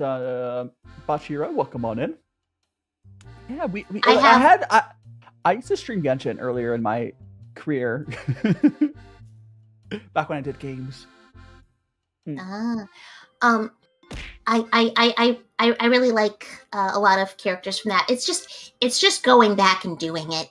I've been hooked on Uma Musume is my app game of choice alongside the new Madoka app game, Madoka Extra. It's really fun. I played the Madoka record for a little bit, and then it dropped off, and that game died. Okay, Poison Bennett wants me to tell them what my favorite characters in Zenless Zone Zero and Star Rail are. I main the maids in Zenless Zone Zero. All the maids, I main them. I've got a little maid squad going on. But I really, really, really love all of the characters. So many of them. I try to pick a favorite is hard. I really love Nicole. I think Nicole is great. I love her character. Of course, I love the Deadpool of Zenless Zone Zero. We stand. And in Star Rail, I'm a Kafka and Sampo and Black Swan main with Gallagher. I rotate squad. Yeah, and I got a question on what my T-Pet's names are. This one here, this little cat, his name is Bubbles. Because he used to bubble out of his mouth. I still have to see, I might break out my butane torch and try to fix them. And some ice. There's, I have to, really try to, something's gunked up in them. I have to try to fix them again. Did you name your nuts? The nuts do not have names. They're nameless nuts. But they're just Daichu's nuts. Yes. Everyone can behold your nuts. Yeah, but the cat's name is Bubbles, and then the turtle's name is Bobbles. Ah, those are the cute names. Yeah. I will have to decide next week. I hope it's not another cat. Yeah, I love Billy. As much okay. If it's another cat T-Pet, I at least hope it's a different cat T-Pet. Because I kept trying. If you've seen the cats inside, these cats inside, I were trying to buy replacements for this main one, but they're not the same design, and they don't bubble out their mouth. So, Bennett, when I mean the maids, I mean also including their butler. Of course. I love a handsome man. And earlier I did see Krivis. I did see you say Barry Allen or Wally West, and obviously the answer is Wally West. Barry Allen's a narc. He works with the cops. He's boring as hell. He's a centrist. First of all. He's so Joe Biden coded. I cannot even begin. And then you get the fact that he. But does he at least give the Biden punch? No. Yeah, and he's such the thing about Barry Allen is in the comics is a lot of people who like Barry Allen in extended media. It's because they gave him a ton of Wally West character traits. For example, the whole he has to eat a ton because he burns all those calories. That's a Wally West thing. Barry Allen's very Mary Sue coded. And then the thing with Wally is that Barry was such a jerk to his villains, unnecessarily, he's fighting, one time he was fighting Mirror Master, and he's super speed running on water, and he's holding Mirror Master, and he catches him before he falls into the water, and Mirror Master goes, "Oh, how did you know I can't swim?" And Barry Allen says, "I didn't," and then he drops him in the water! That was unnecessary. Everything I know about that series has been secondhand, which is a really funny way to learn about it. Because I'm very much a weeb. Maybe I'll watch. I don't know. I watch anime, YouTube, Twitch, and drop out. I guess TikTok. that's my media consumption. You watch high quality Politichu content. Oh yeah, definitely. Wink, wink. I can't wink. My model can't wink. Oh no. And Alchemist, thanks so much for the follow. Also, Pineapples, welcome on in. It's just in Viking Smith. The fun thing. Yeah. Sorry, just so I have to get this out of my brain, or else I'll explode. When Barry Allen died and Wally West revealed his secret identity as like Kid Flash to become the Flash, he revealed it so that everyone would remember Barry Allen as having been the Flash, like so that he could be properly remembered. And when that happened, the Rogues immediately went, oh, by the way, we're not going to attack you or your family or anything. We don't mind you. We just hated that guy. Just that guy in particular. During Wally's run, he became friends with most of the Rogues because the Rogues didn't have beef with him. They just had beef with Barry. just. Hi, there, Miko. Welcome on in. It just that one in particular. Yeah. Oh, Viking Smith says Barry Allen is the Hal Jordan of the Flash family, and you could not be more right. Screw Hal Jordan. Project Moon. I mean, Project Moon is the Fate series, and there's also, gosh, what was the Type Moon, right? Or when a Project Moon's not Type Moon. Is Project Moon different Type Moon? I'm thinking something else. I have no idea what that is. It's Project Moon, the same thing as Type Moon, or something else. Tell me, Poison, about it. I see Layer D. Yeah, I don't know. There's all sorts of stuff. Like, I do actually. Okay, so I want to read more, and I'm hoping I'll read more. Because if I'm going to be like in a train or something, maybe I'll use that time to read. And as I say, welcome on in. Like I like what I don't know. I just like reading, but I never get around to it. Right? As there's so many other distractions in the world. Also, this tea in particular, it has like what I would consider like the base black tea taste, a base high black tea taste, but there's also a little bit of like tart, fruity taste to it, which I do really like. I'm not the best about strong flavors, but it's nice. The Wandering Pickle, you are so right. The Justice League did do Wally right, though, with one caveat, and that's that they still gave him Barry's job. They had him be a forensic scientist for the police in his like day job, which is so not Wally core. The funny thing with Wally West as a character is that he's very much written from the perspective of having been Kid Flash. So when you put him in a universe where Barry doesn't exist and he's the first Flash, it doesn't really work as well. Because like he's super impatient because he grew up with super speed. And the tea. Oh, well, come on, give water. And we're drinking some black tea right now. This is just the purple black. It's a purple black tea. It's a wild black tea. Whenever I all the Flash stuff, I know from the memes. Like it was me, Barry. Like all I know is the memes. Do you want to know something funny? Yeah. I know the person who made that meme, who started that meme. It was me, Barry meme. That was started by a Winnipegger. It's funny. So I quote it all the time. It's a good meme. It's small. Flash Comics fans in Winnipeg is a small circle. Yeah, the scene with Wally West's Flash and the trickster at the bar, very good characterization of Wally. Unfortunately, bad characterization of the trickster, because that trickster was based off of the Mark Hamill trickster from from the trickster from the live action, which is way more Joker coded in a lot of ways. Whereas Trickster in the comics he's more of a like classic like Loki style trickster. Like he's not crazy. He's just having a good time. He's just here to cause a little bit of chaos.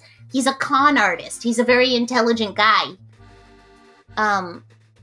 So it's a weird thing where I really like that trickster, but it's frustrating that so many people don't know what his deal is actually like due to that interpretation.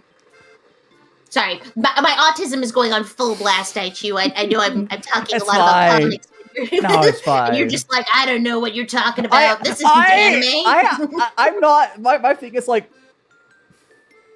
I want to say, comics have gotten less love on the amount of effort they've gotten compared to. It's not a tea shop. I mean, I would love to open that tea shop scream maybe someday. No, it's just me. You're in my humble home, enjoying some tea. Hi. Like I comics are cool. I think there's a universe I could have gone to comics. I just end up getting into anime instead. But also comics have had way less love on like the amount of actually good stuff. Because like a lot of the movies, the like live action movies have been bad. And, like there's been some the cartoons started on the DC live action movies. From what I understand, blessings, welcome on in. From what I understand is there's more good comic cartoons than live actions, which to be fair, I don't know how many good anime movies there are live action, or Japanese live action at you know what I mean. If anyone ever wants to get into DC Comics characters, I think the best jumping off point is the DC animated universe. It's a shared universe comprising the Superman animated series, the Batman animated series, Justice League, which is with its sequel series, Justice League Unlimited, and Static Shock, and Static Shock. I do remember watching Static Shock. Gotta be hero. Static Shock. Featuring. There's no shock. I'm so glad Static Shock was happened when it did. I don't think it would happen now, which is sad. Oh, for real, there is a mind-blowingly straightforward if Static Shock happened now, the right would never shut up about how woke it was. It's so woke. There's an episode about school shootings that is that was really, in the early 2000s. It's wild. Yeah. But no, it is so good. And it's unbelievable, and there's amazing because so many black celebrities and stuff wanted to be involved in the show because they were like, oh my gosh, black superhero show, oh my gosh, let's all get in here.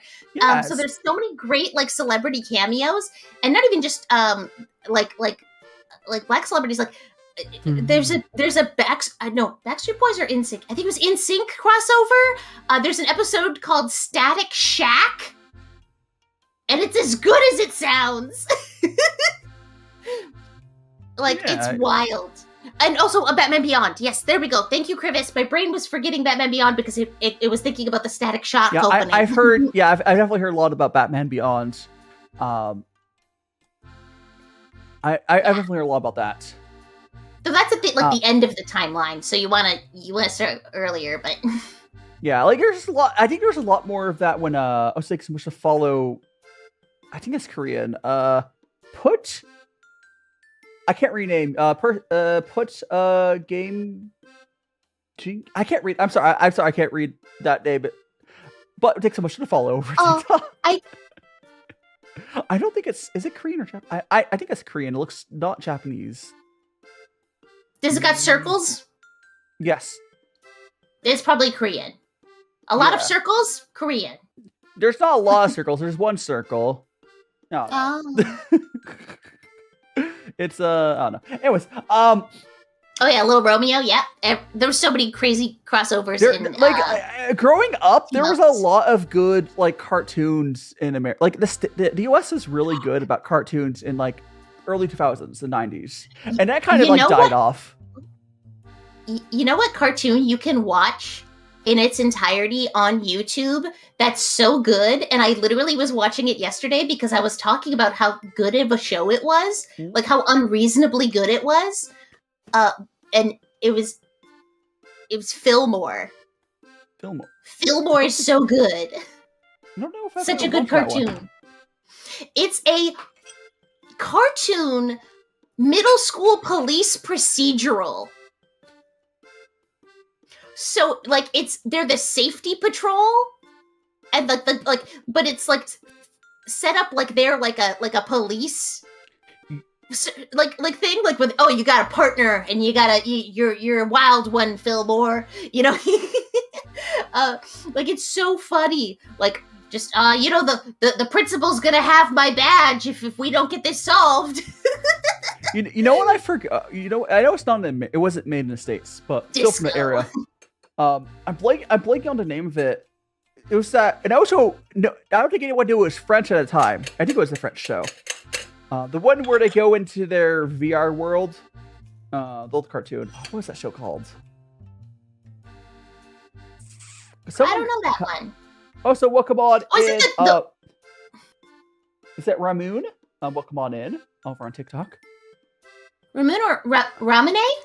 Ramune? Ramune? Ramune? Like the Japanese beverage? I think it might be. The problem is when people have like non-English names for the first name and I have to go off their TikTok name, their account name is so small on the font. I could probably change that on my settings. Oh. But like I can't see TikTok chat right now. The only chat I mean, can see is. I mean, it's all. I mean, you can. They're all go on screen. So, but like, you'd have to like look at. You'd have to. Yeah, I guess you could just look there. It's so small. It's supposed to be so small on the screen. It's way over there. I was looking at the. I can scoot it. I mean, just it's whatever. Looking. I mean, it's just so out of focus. When we out of focus. Oh, just my. I think because I'm streaming and I'm involved.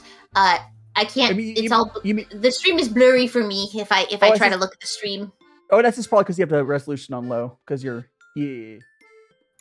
understandable. Yeah. Let me see if I can make the footer GIF. It's fine. I can see Twitch chat. I think it's ID. Ooh, I found it. ID size. I can make the ID size bigger. There we go. There's so many great cartoons. Like and there's so many great ones that are from Canada. Like 16 is really good. There's 16, life is sweet, and you're growing up so fast. Okay, I never watched that. I do know Teen Titans. The OG Teen Titans was good. I hear the Teen Titans Go was okay. But Teen Titans Go has some like banger episodes and then a bunch of doo-doo. Like the problem with Teen Titans is what network is it airing on? Is it Nickelodeon or Knowing Networks? I haven't had cable in 1 million years. I mean, I haven't either. But I remember whatever network Teen Titans is on, it's that channel would only air Teen Titans for like all day. It was Cartoon Network. It's the only show they have is Teen Titans Go. Teen Titans Go! Oh gosh, it's crazy. When like there's trouble, you know who to call. Teen Titans. Teen Titans was a fun show. There's like Danny Phantom. Like I watched a lot of cartoons here, like when I was younger, and then I got to a certain point where like, oh, cartoons are for kids, and I stopped watching them as much. And then I didn't actually get into anime until I was in high school. And Stray Kids, welcome on in. Like I didn't get into favorite animal, dolphin, I think, or cat. But well, dolphins are kind of evil, but what you're saying? Your favorite animal is an electric mouse? I was thinking real animal. Mouse? I was thinking real animal, but I mean, okay. I'm trying to think of what I would say my favorite animal is. My cat. I like cats. I really do. Another thing, giant bunnies. What it's called? Does anyone know the name of the giant rabbits? They're like the size of a cat. I love a big old bunny. Like they're like 20-pound rabbits. Yeah. I know what you're talking about, but I can't. I would be so down to have one and like a couple cats. Just have a big ass rabbit. Is it jackrabbits? I think it's like another name for them. Like it's not just jackrabbit. There's a specific breed that are just enormous. Yeah, there's a specific like pet breed. Jackrabbits aren't a pet breed of rabbit. It's a very they will kick your butt, like literally. Flemish rabbits. Flemish. There we go. Yeah, Flemish rabbits. I would love to have one. They're kind of like they're kind of like cats in a lot of ways, but they're rabbits. But I also like my thing is if I ever do get fully settled down in Japan where I can have pets, you just gotta consider the content. Because if I have cats and rabbits, the content I can make them pay they can pay their rent with their cuteness. I have the world's cuddliest cat. I have to lock him out of my room when I stream because he will like try to knock everything over because I'm not paying attention to him. I had cats growing up. I don't have cats right now because I'm like living alone. What's up, Gashi? And I want to get cats again. But like it's really I'm actually glad I don't have cats right now because it's easier to move. Oh, measure bags. I actually really like messenger bags. They're. I'll definitely. I have an old one. I might use one to move, or I might eventually get another one. Yeah, messenger bags are nice. Cool. But so there's been a lot of like Batman cartoons. Oh yeah, there's been so many different Batman cartoons, and they have different appeals. Like a lot of people, like crap on the Batman for being like very different. Like the Batman was an exploration of like creative variations on characters. Like none of the characters are as they are in the comics. Like they did a version of Joker that's way more like he's weird and he's swinging around like a monkey. He's all chaos in that way, rather than being all put together. You get like instead of Penguin being like, oh, I'm a dignified businessman who looks like a penguin, he's instead like really, really crude and like he dresses fancy, but he's actually just like really uncultured. Like it has its own appeal. But yeah, there's so many different shows. Oh, another alarm. Sorry, that's my med alarm. But I already took my meds earlier. Pills here. Everyone, remember to take your meds if you need any. But then I'll disappear.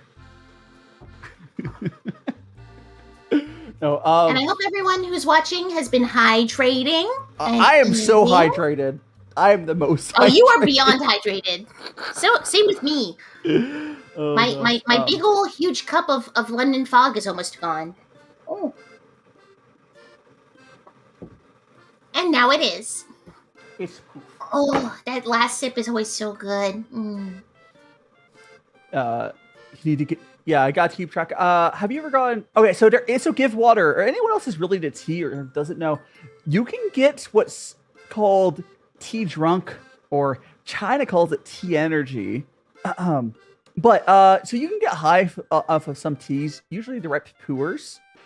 I would consider it as someone who has consumed a leaf. I believe it's like I think it's more of a body high. Oh, neat. Yeah, it's very interesting. So I made a short about this a while ago, and Yash, no worries, gosh, you're here now. And Ruben, is it game theory? Maybe. Or is it VTuber theory? It's a VTuber theory. A VTuber theory. People are always saying that I sound like Matt Pat, and I'm like, we just have. Oh, you do. Now that I hear it, we stress. I like. It's not just that similar. It's more. I stress. We have similar accents, and we stress words the same way. We're not like overall that similar, but like we definitely stress words very similar ways.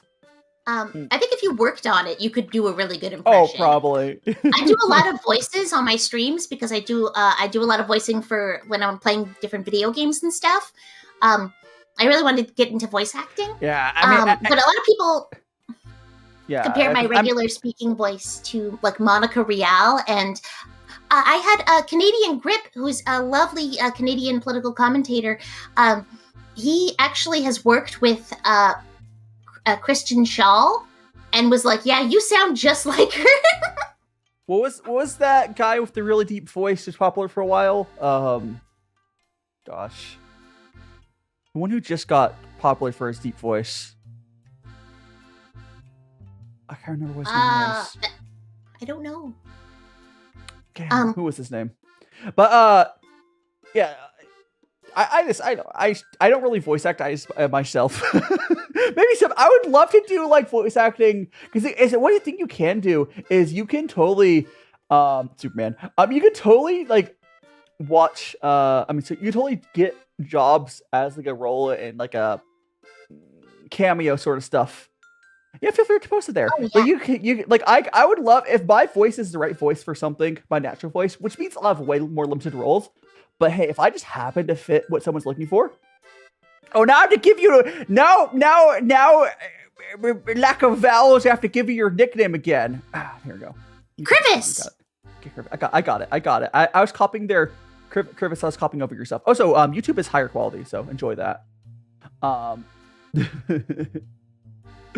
Twitch servers are so bad.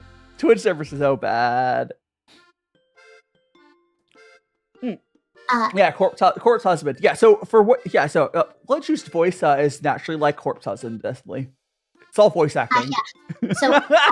So this is me, la la la la la, and then I can also do like a cool anime boy voice, like, "Hi, what's up? I'm Politichu."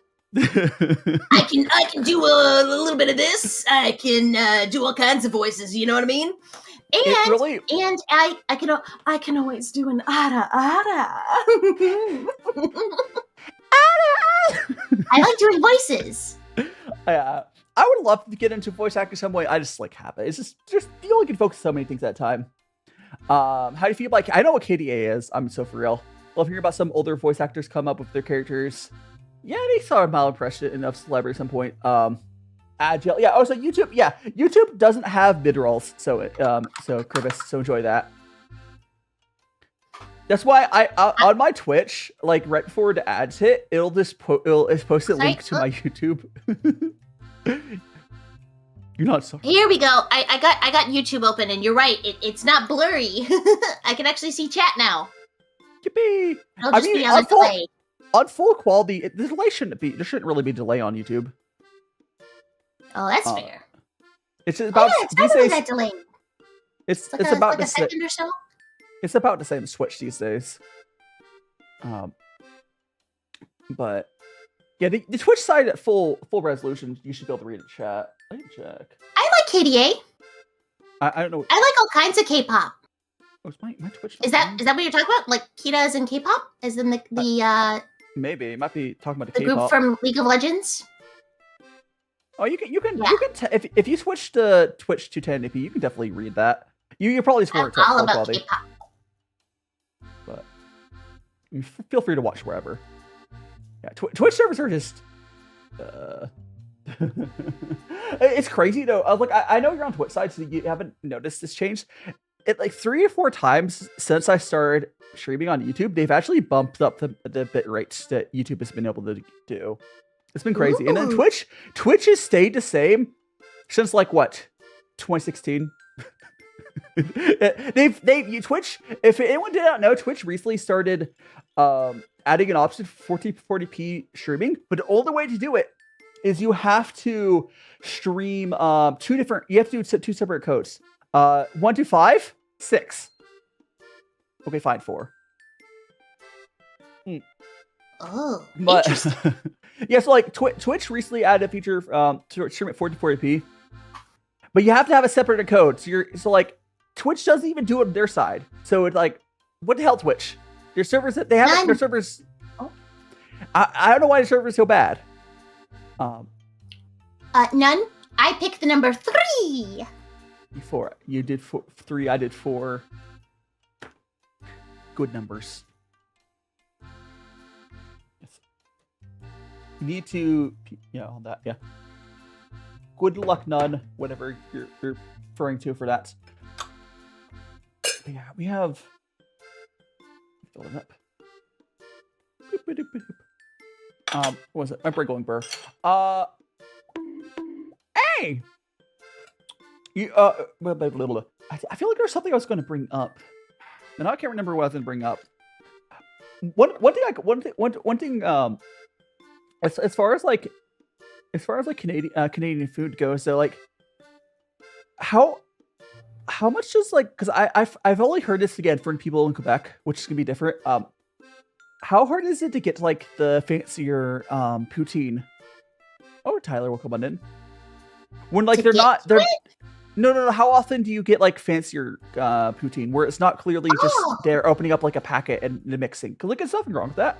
I'm curious on how to quality. I'm sure like the fast food places are just using like a premix. There's probably decent, right? Yeah. And depending on the fast food place, you get wildly different qualities of poutine too. Oh yeah. But no, I'll get like a nice poutine places. But frankly, I don't have it as often, because I have medical issues that make it so that I need to be very careful about what I eat, how often I eat it. And poutine does me so dirty. It's definitely not the healthiest thing. You know, it's kind of funny though, because I mentioned earlier that Canadian cuisine is often just very. You see parallels to like British, but like done better. this case I'm thinking of is not the same, but what you can get that's close to poutine in London or like England, whatever. Have you seen what they do for Chinese food? Have you seen their Chinese food in Tyler? Take someone to follow. Yeah, the infamous Chinese food in the UK is. Ugh. So in the UK, you can get so close. In the UK, they have they have like fries and they put curry. Is it curry? I think it's curry. Yeah, they put curry over the fries, but they're so close to being good, right? So like the issue is every time I've seen the British fries of curry, their fries are always so limpy. And one of the things that's really important for poutine, if you've ever had it, the fries need to be as crispy as possible. Or else they'll get just mush. They'll just turn to mush. That's just mashed potatoes, baby. Yeah. Which, hey, it tastes good. It's just mashed potatoes and gravy. Cromia, welcome on in. Yeah, so like, all they have to do is actually cook their fries properly. Yeah, I mean, Momo, the Japanese like dollar store, when they have their restaurant here, they have Japanese curry poutine, and it's really yummy. You can get, like, it was funny. The fries I make myself, because I make fries decently often in my air fryer, that my air fryer fries are crispier than British fries. And welcome to Discord, Poison Bennett. We now have 2 Bennetts on Discord. Yeah, I'm sure that's not going to get confusing. Have you noticed it in your community? We have a lot of repeat names. I have the thing where I've always called you Daichu as a nickname, and then someone joined my community that actually is called Daichu, so it gets so confusing. Oh gosh. No worries, Poison Bennett. You can always try watching on YouTube if you're having issues on Twitch, because YouTube servers deal with bad internet a little bit better. Yeah. I was gonna say the thing about stuff. What was I saying? Talk about the gravy. Poutine. I was gonna say I'm not a believer in poutine purity. Like the idea of like, well, it has to have cheese curds, and I'm like, I don't know, man. I think it's all gravy, baby. Because you can have all kinds of different poutines. Yeah, I've talked to so many like Canadians, and the only people who are like, you must have cheese curds are not Canadian. Like, well, Krivis just did it, but okay, fine. But majority of them, right? Like it's also, you have to understand the way that is that chocolate. You talk about the cat. No, it's made of clay. He's a little clay tea pet. He's a guy. Once you get into more advanced poutining, you're experimenting with all different kinds of cheese, and you're experimenting with different kinds of potatoes, and you're doing different kinds of things that alternatives to gravy, like Japanese curry. You know? Is this enough potatoes? Do I have enough potatoes? Is this enough potatoes for you? Oh. Potatoes. Japanese curry is okay. It's actually my least favorite type of curry. No, that's fair, because you really like Indian food, so that makes sense. I like spicy. So Japanese curry, Japan's really wimpy on spicy, generally. Oh yeah. But it's not bad. But there's a good reason for that. Japanese people, because they're an island-based culture, they would eat so much more like fish than like red meats, and therefore they've actually evolved in such a way where Japanese people actually they salivate less. Interesting, but yeah, because they don't need to break down like red meats as much historically. So because they've had just such a heavy like fish diet. Japanese people salivate less in general, and that's why they also like breads that are extremely soft. All of their breads are like so soft and fluffy, because like a good grainy rye would be like way too dry for them. Someone said that's just like a fun fact I know. Yeah, someone said they like your flower thing on your head, but I think that's just a lightning bolt, isn't it? It's a maple leaf. Oh, is it maple leaf? Let me move My sigil on my head. It's a maple leaf with a it's like my little clip, and then I have my ear is a maple leaf spiky ear. Yeah, because I'm Canadian. Let me move my top-down camera so they can see your other ear real quick. So you can see the maple leaf there. Hey. Yeah. And tucked away underneath the table, I have my tail, which is wrapped up like a. It's actually blocked by the cup on the screen, but I have a hockey stick tail. Because of course I'm that stereotype, and I played hockey all throughout my life. Oh, here, if you really want to get a better, I'm a hockey baby. If you really want to get a better view at Politichu, I'm giving scritches. Here, yes. Shocking Nice. you. You can see the tail there, the little hockey thing. Let me. Oh, there we go. Hi. Yeah, I went to my top-down camera and Little hockey stick tail. Yeah, I have 2 cameras. Fancy. Yeah, Japanese curry is more of like a fusion of curry and stew, and I love a good stew. Beef stew is my favorite. Yeah, it's my number one comfort food. Yeah, so when I made poutine, I did a very fancy poutine. I was not able to source the chemicals to make a real cheese curd.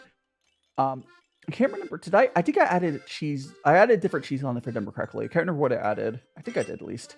But I will, at some point, my plan is, because I also have a Canadian friend.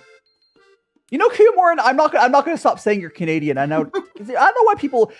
She's so like, you can feel the Canadianness in her accent. I don't know why she's trying to hide it. Anyways, yeah, Kiyomori Noto is also from Canada. She moved to Japan. Oh. And also a yellow themed VTuber. I don't know. Yellow Canadians, so I guess this is a thing. But yeah, so I've said, like, oh, when I move to Japan, for one thing I want to make like some horchata, which I mentioned earlier, which is Mexican, like it's basically like rice, and it's like a rice milk, and you got cinnamon to it, some other stuff. I also want to make poutine because a lot of like in Japan you're gonna have a harder time getting stuff like poutine and a lot of stuff. So I'll be probably, I don't know if the expats like me more or the Japanese people. Maybe the expats might be more more That's right. Stupid. Yeah. So there is, yeah, these are not real peanuts. These are actually made of clay. These are actually tea pets. Just like this cat here is a tea pet and the turtle is a tea pet. These are clay peanuts. They look real. But some people here tell, yeah, you hurt your tail. But yeah, like because again, I'll probably be doing a lot of like, oh, I'll be cooking delicacies of other cultures when I am, in Japan that people have not had for a while, because it's not hard. You could easily source all the stuff for many of these things. People just, I don't know, they aren't willing to do it. I guess especially horchata. Sophia, I certainly try, I guess. Welcome on in, Sophia. Oh, someone just made me adopt them, I think. Oh, yep. I could be your dad. Don't you want me to be your dad? I could be your dad. You have 2 dads. Are you winning, son? No, we're talking about me. Yay! Okay, Dad chew. But yeah, so like, yeah, so I when I moved to Japan, I probably like, it's mostly going to be expats really happy. Like, there is, the poutine I made was like actually really fancy poutine, but I could definitely replicate it again. I will have to make my own cheese curds, unless I can source that. In Tokyo, I might be able to source good cheese curds, but I'm probably just going to make it. I've done some cheese making. The hard part is just getting the proper chemicals for it, which is, if you've ever made cheeses, sometimes they require very specific stuff. It's not hard to get. It just takes like a month or something to get it sometimes. And Vin, welcome on in. You spent your rank. They didn't want me to be their dad, but Isabel wants me to be their dad. Yippee! Yippee! And indie blues look fine. Yeah, like it's it's just I don't know. I'll see how it goes. I really because like I would have to say some of the food that like actually you know Sorry, what that was my bug. You know what I think if I can get good at making it, I guarantee Japanese people will also like carnitas burritos or something, or carnitas in general, because from what I can tell, they think they like pork, and like Tex-Mex and Mexican stuff does seem to be like fairly popular in Japan. You said you've had some like Mexican stuff, not as much. Did you say you've had carnitas? There's a big I have had carnitas. Yes. Yeah. I was gonna say there's actually a big Chicano culture in Japan that I find really interesting. What culture?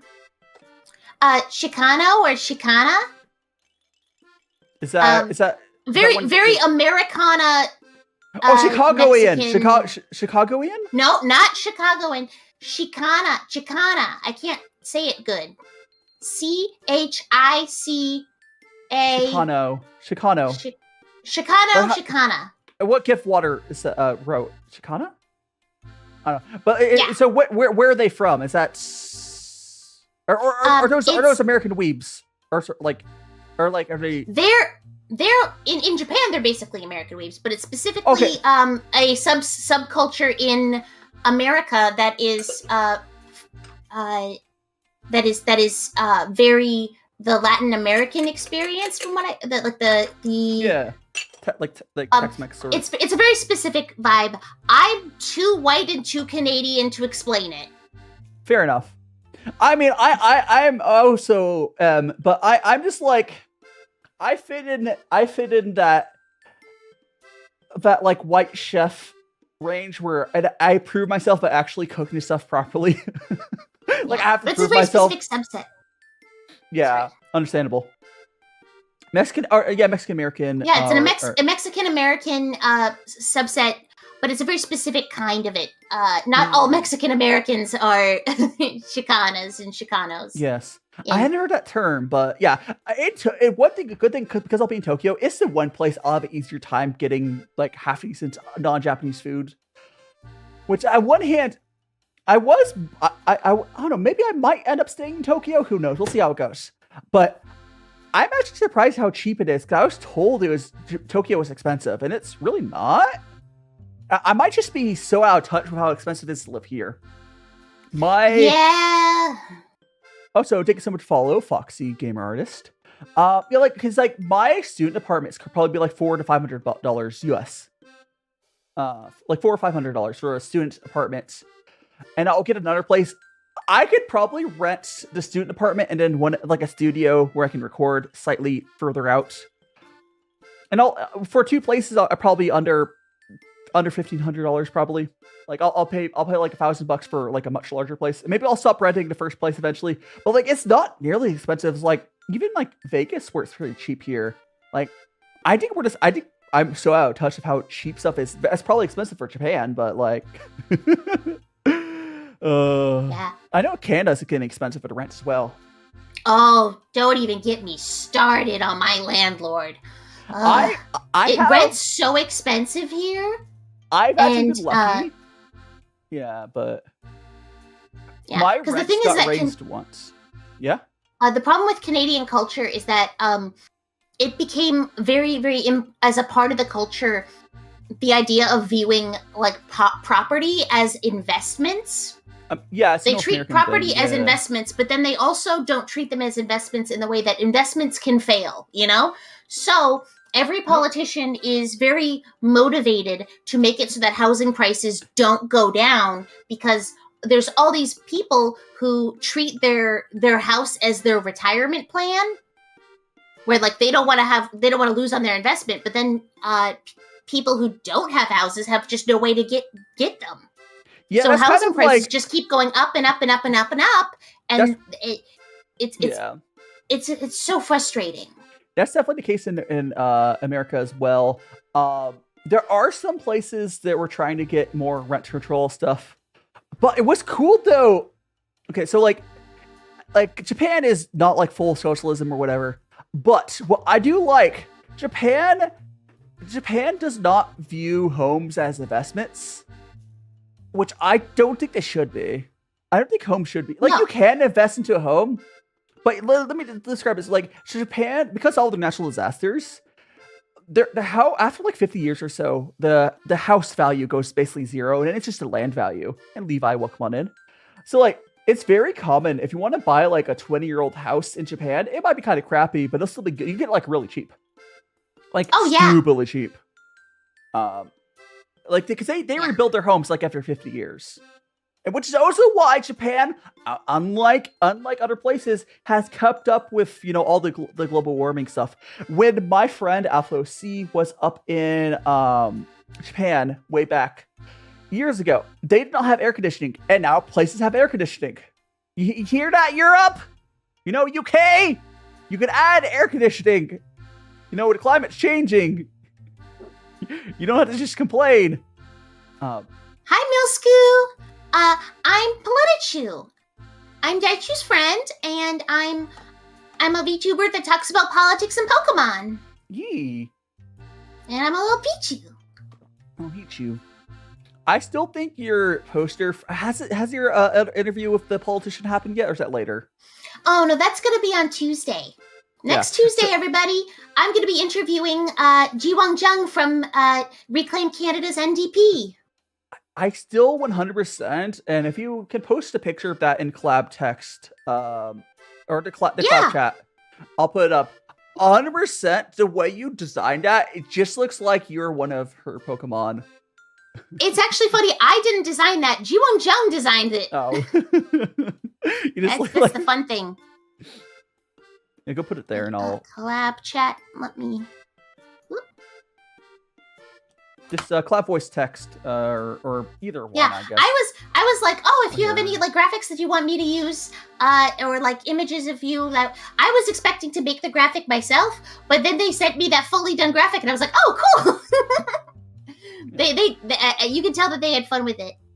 Sorry, I'm using they because I'm paranoid about forgetting pronouns, so I use they when I worry that I forgot. I generally default to day. I don't know if... It's also Red. Thank you so much for the follow. Yeah, it's always safe. I mean, if anyone ever gets offended for you saying they're probably a shitty person anyways. Let's be so for real. There are some people like who are trans. I know, but like most trans people are fine with they. They'll just correct you and you'll move on. Yeah, exactly. Anyone who gets offended with day is probably a shitty person. Unless you like, you know, if they correct you, you keep doing it. That's different. But oh yeah. If you keep doing it, you know the rules, Timmy, and so do I. Oh, sorry. I'll call you Levi. Sorry. Yeah, Levi. Yeah, Levi. Timmy says you know the rules, Daishima. What are the rules? Rick rolling. Oh. We're gonna go. Rules, and so do I. Okay, we're gonna grab this. This is Politichu's. It's on Tuesday, and now you guys can see it. Yeah. But like 100%, you just look like one of their Pokemon, which is just. It's just, I care. They had to have designed it like that. Yeah. They have their little. So if you ever wanted to see. Yeah, it's great. If you've ever wanted to see a Pokemon interview an actual real life politician, that's your chance. Yippee! Okay, we'll go back. Yeah, and don't think that it's just going to be a Jigglypuff piece. I'm going to be asking hard-hitting questions, like, what does going back to the party's labor roots, what would that look like for the average Canadian household? And where are the trains? What Pokemon is your favorite? And where are the trains? More trains! Yeah, where are the trains? Oh, hey, like what's sad about like North America? Like, I don't actually know the state of how Mexico is. I don't think they're the same more today. But like most of North America, our best places with like good like public transit are still terrible. Like Quebec is trying, but still shit. Winnipeg just did a big overhaul of our transit system, and it's been controversial in a lot of ways.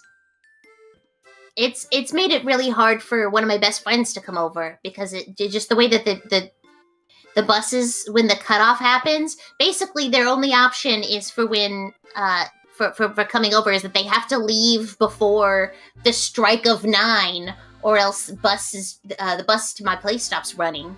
That's dumb. Like the thing. Or at least the bus, like, one of the buses between their place and my place. I don't know which one it is. We have all these half-assed like transit systems, and that's why so many like North Americans are so against like public transit. It's because all of our public transit here sucks, and we think that public transit sucks. No, it's just it's a half-assed attempts at it suck. Like good public transit is better than a car. Like cars suck. Cars really suck. You have to be brave enough as a government and as a people to prioritize the public transit above individual cars. But the problem is that especially with America, and Canada has it too, but not as intense. It's the personal freedoms culture causes huge problems when it comes to trying to invest in the public good. Because it's like, well, I want my car to be the most prioritized, not some people on a bus. I mean, it goes down to all their political views. They think one thing, it's actually the opposite. But like, nothing's more freeing than a good public transit system. Because of a good public transit system, let's say like Japan, you want to get to one side of Tokyo to the other side of Tokyo, go for it. Like, and there's going to be multiple ways of, there's going to be, you can have your monorail systems connect to your train systems, connect to the long haul, like the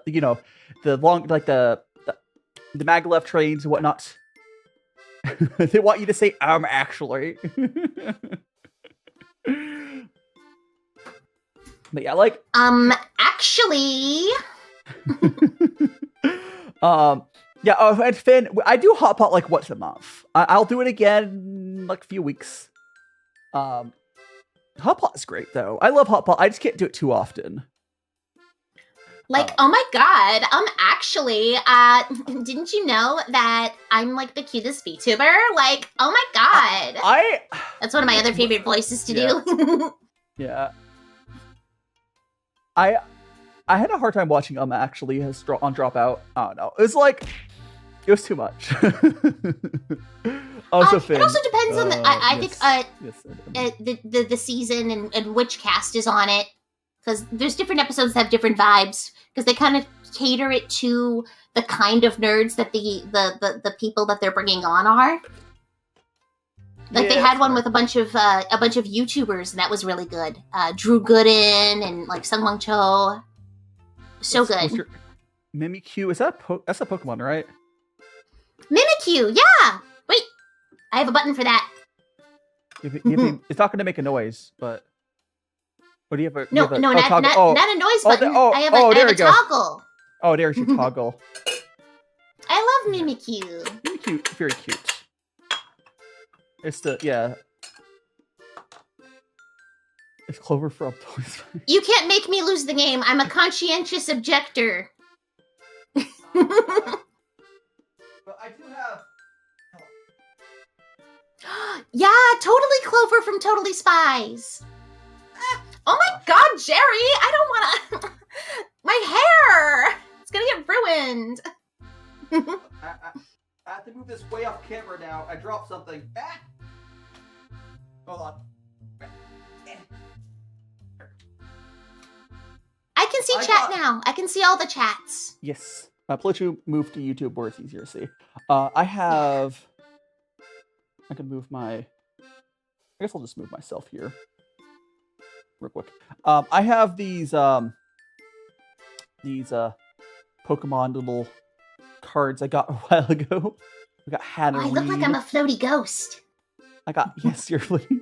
Got Hatterene here, and 3 copies. I don't know why I got all duplicates for the rest of them, but 3 copies of. Is it this way I have to go? Yeah. It's Charizard and Charmeleon. It's the the swapping one. But I know I have 3 copies of the same one. This is like in those things you get them like in snacks, whatever. Oh, yeah. It's 1-to-1, like it changes. Yeah, I love that. I love the holograms. I like the Hanarine one. One of my friends, Ambrosia, really wants this. I don't think they're probably like maybe $10 the most. I doubt they're really worth that much. But, I'm working on my little Pokemon collection. Slowly but surely, I'm working on putting together a Pichu shelf. Some of my constituents sometimes will get me plushies on my throne. I have at my local anime convention, one of my constituents invited me to their they do card sales, like that's their thing. Wait, let me find their business card is somewhere on my desk. I can tell you about them. They're great, and they gave me some Pichu cards. And so I have Pichu cards now, and I have them all displayed. Where is their card? It's somewhere here. Yeah, but That's gonna drive me nuts. What I plan on doing is for those holographic ones that swap, all of them. The Hanarine I'll give to Ambrosia whenever they meet me in Japan at some point. Like it's probably not that expensive, but like someday when they see me, I'll have it still. They can have it. I think they're Pokehaven TCG. I could be wrong. I can't find where I set down their card when I was moving things around. But they're fantastic, and they were so sweet. They got me to sign a Pichu card for them. Nice. It was so sweet. Little Peach. Good. Let me pull up my. Excellent. Yeah. I don't really like. I'm not one that really likes selling collectibles. I'd rather just give it to someone. But I probably won't really get into buying Pokemon cards in Japan or anything. But like if I ever get them as part of other stuff, I would rather like give it to people who visit, whatnot. Yeah, you have to get a big stockpile just for giving to me. Yeah, exactly. Oh, so Finn's asking how to make tea specifically for what we're doing here. You kind of just put hot water. So I'm doing what's called gongfucha or gongfutea. You put it. So this is what's called the gaiwan. You put the hot water into the gaiwan for like 5, 10, maybe 20 seconds. It really depends. You put hot water into there. You let it brew. Put the lid on. You let it brew for a little bit, and you put you tilt the lid down and pour it through. That's all it really is. It's very simple. It's probably the simplest way of making tea. You don't want to be. Ideally, you don't want to be drinking tea out of the same vessel that you're brewing it in. Because then, if you keep if the tea leaves are still like chilling in there, then the tea flavor will be getting more and more bitter as you go. This flavor won't stay consistent. Generally, that's less of an issue if you're actually using good tea. So what you can do is called grandpa style brewing. I hope you don't feel British. The tea's actually good. But no, if you're doing, we can do is called grandpa style brewing, is where you have like a glass and keep adding hot water to it. And generally I find the higher quality teas don't really get better. Like it's really hard to make them better. It depends on the tea for sure. It does depend on the tea, but I also find it a lot. The higher quality tea is, the more you can yellow it essentially. Yeah, and even with like not necessarily getting bitter, but sometimes tea flavors can get stronger and stuff. And some people are babies, and they want weak ass tea. Yeah, you do want to like pour it out, have separate vessels. But you can do what I do when I'm doing like Western style brewing. What I do is I use like a mug here, because I have my DaiShima mug, and now I have a little basket infuser. So I put my tea into here, and I just pull the tea out. So you can get. Honestly, I suggest for majority of people just use a mug and a basket infuser. For like 99% of people, that's how you're gonna want to enjoy tea in the West. I'm so for real. Nice merch, DaiShima. Where can people buy your merch? On the Fourth Wall shop. I don't actually make much money off of there, but if you want it, you can have it. I don't plug my merch as much as I should. I have an Etsy where I have mugs and hats and stuff. But I don't have like a link tree or anything, so it's a pain trying to like link people to things. Link trees are free. No, they cost $90. They do not. For a link tree for a year costs $90. No, they're free. That's probably a pro version. No, you could just make a free account. I've tried. It says $90. Apparently they changed it. They've changed. Or maybe I'm going insane. But every time I've tried, it says $90 Canadian. Let me go open Linktree. Open up their website. Pricing. Starter free. Unlimited bio links. There's a free account. You can have unlimited links on the free one. The paid one just gives you analytics and shit. What? Yes. I'm so bad with computers. I'll take a look at it. Yeah, you don't have to use Linktree, but like you could there's plenty of other sites you can use. But no, they're if you just want links, yep. If you want analytics, you have to pay. But use different. I don't need analytics. I have the VTubing as a Pichu autism, not the doing math autism. Anyways, analytics don't do it for me in the same way. Yes, I'm gonna go give my tea pet Celeste's black tea, and we are gonna go to a third tea, but we're gonna go to third tea, but I will go to the bathroom real quick. But let me rinse off the teaware first. Boop, boop, boop. Rinse off our teawares, and we're gonna go. The next tea we're gonna do is a ripe Pu'er, which you'll see the color will be like basically black. There we go. Peanut flip. I could try. Let me rinse off the teaware first. Two. We'll come on in. I'm gonna rinse this off. There we go. Gotta. How is everyone today? I hope everyone's doing good. Yeah. Everyone in chat. We're all just vibing, chilling, enjoying our teas. Yeah. I love tea. I'm just like, oh, tea. Yeah. You'll be able to talk for a minute while I go to the bathroom. Yeah. Go here. Does it? Okay. While he's, I'll vamp. Okay. So everyone, DC Comics has a bunch of really good characters that I highly recommend people check out. Booster Gold, greatest hero you've never heard of series, incredible. I really like the 52 series. Was very good. Like specifically the one that is, because everything is like 52. Like the whole thing with the DC universe is that everything relates to the number 52. But specifically the Trinity series is very good. I love that one. That event was very good. I really like trains. I really think that our society would be fixed if we had a train anime girl game the same way that we have an Uma Musume. You know, where you're taking care of train girls and helping them helping set up like train networks and stuff, using the power of train girls with the spirits of famous trains. If I were to make a video game, that would be what I would make. And I could voice one of the train girls. Like, for example, did you know that the train that was in Back to the Future, the third one, had huge roles in all sorts of Hollywood movies. Like Clint Eastwood had a personal relationship with that train.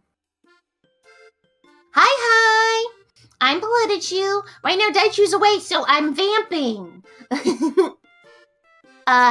If you want to check out more of my content, I'm Politichu on Twitch and TikTok and Instagram. And I have an Etsy. I do all sorts of illustrating. So you could even commission me to do art for you if you wanted. I'm vamping. I'm plugging. Always be plugging. Yeah. Starlight Express is so good. Yes. Oh, so there is there is an anime series or Japan series that is exactly what you're describing. Not yet as a game, but it could make a gotcha on it. It's unfortunately because Japan, so it's the trains are most of them are children, but they do. It's so close to talk about. They get really into the train facts, but yeah, they're children. But children. I want to make a beautiful game.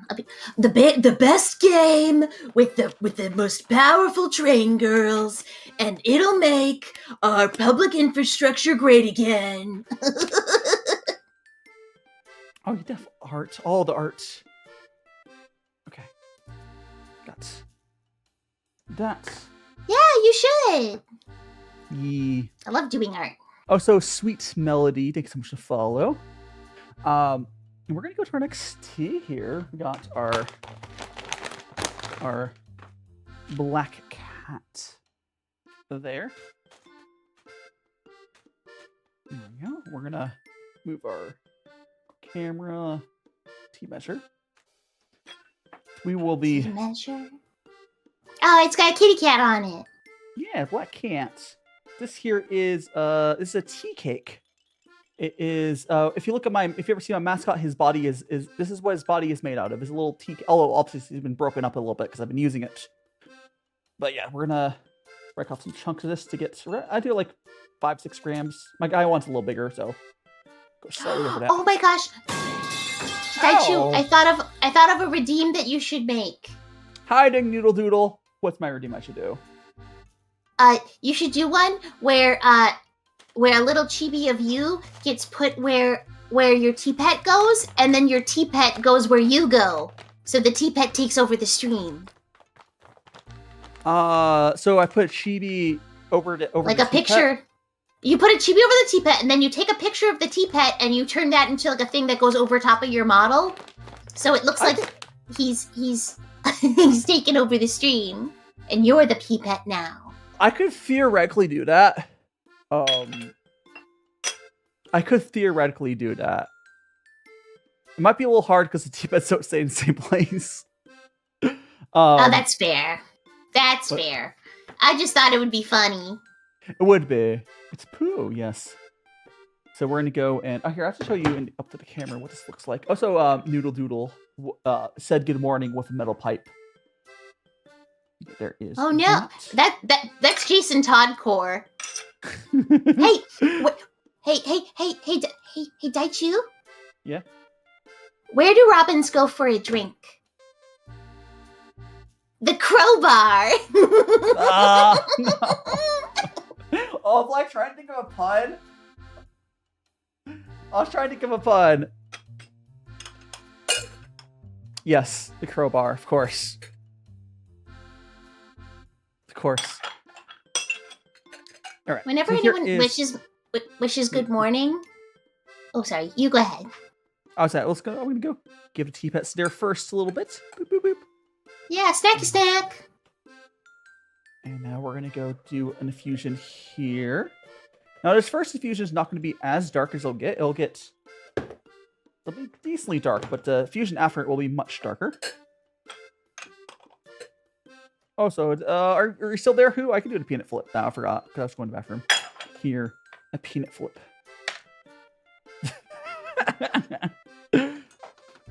Awesome. What was I saying? Oh, all right. So I like. Yeah.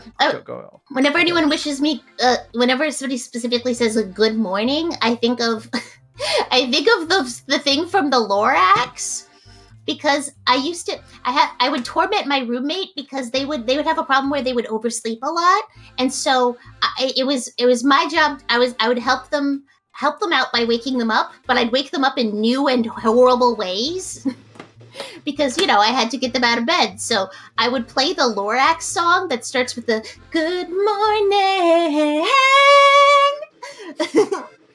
and I would be a menace. Imagine having a Pichu coming and waking you up every morning by playing things like Homestuck songs and stuff like that. Like, I'm evil when you let me. Oh no.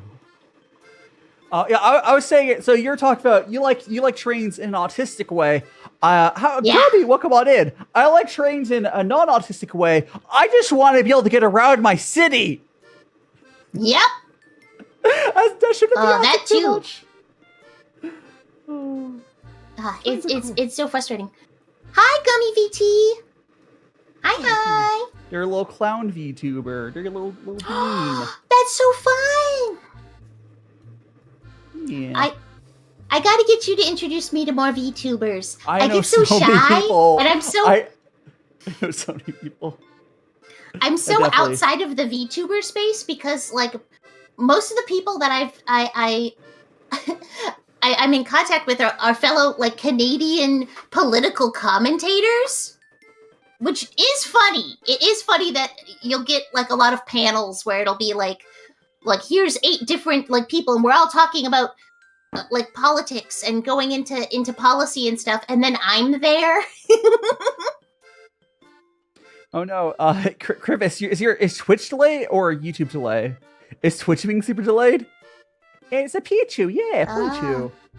I'm a respected member of the political community, and I think that's very funny. It's really funny. Like, how? I mean, I know how it happened, but it's just really funny.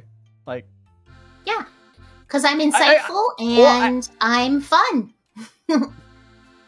I think what for you, what happened is you got into VTubing from just doing as like content creator perspective, and you fell into your niche, and which is different to what a lot of VTubers.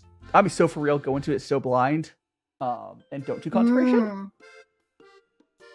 I've kind of. Yeah. There you go. Be fair. Oh, I was gonna say, to be fair, me becoming Politichu was actually very impulse based. Literally the same day I thought of the idea, I filmed my first video and posted it. I was just like, wait, I'm really mad about politics. And also I'm very autistic and I have a Pichu model. Let's go! That's the best way to do it. I believe I remember correctly, have you got another model since? Because I noticed a couple.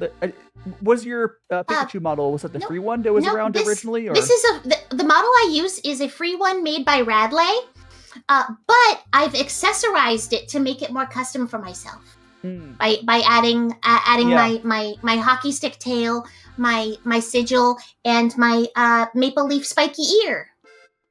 And yes, Shadow Skulls, me sounding like Mabel from Gravity Falls is actually a proven thing because fellow Canadian political commentator, Canadian Grip, actually works in the film industry as a grip. And he's worked with Christian Shaw, and he's like, yeah, no, you do sound like her. I could definitely hear it. I really want to get into voice acting and stuff. At the very least, I'm a budget option for people who want to get that get the voice without the understandable. Big bucks.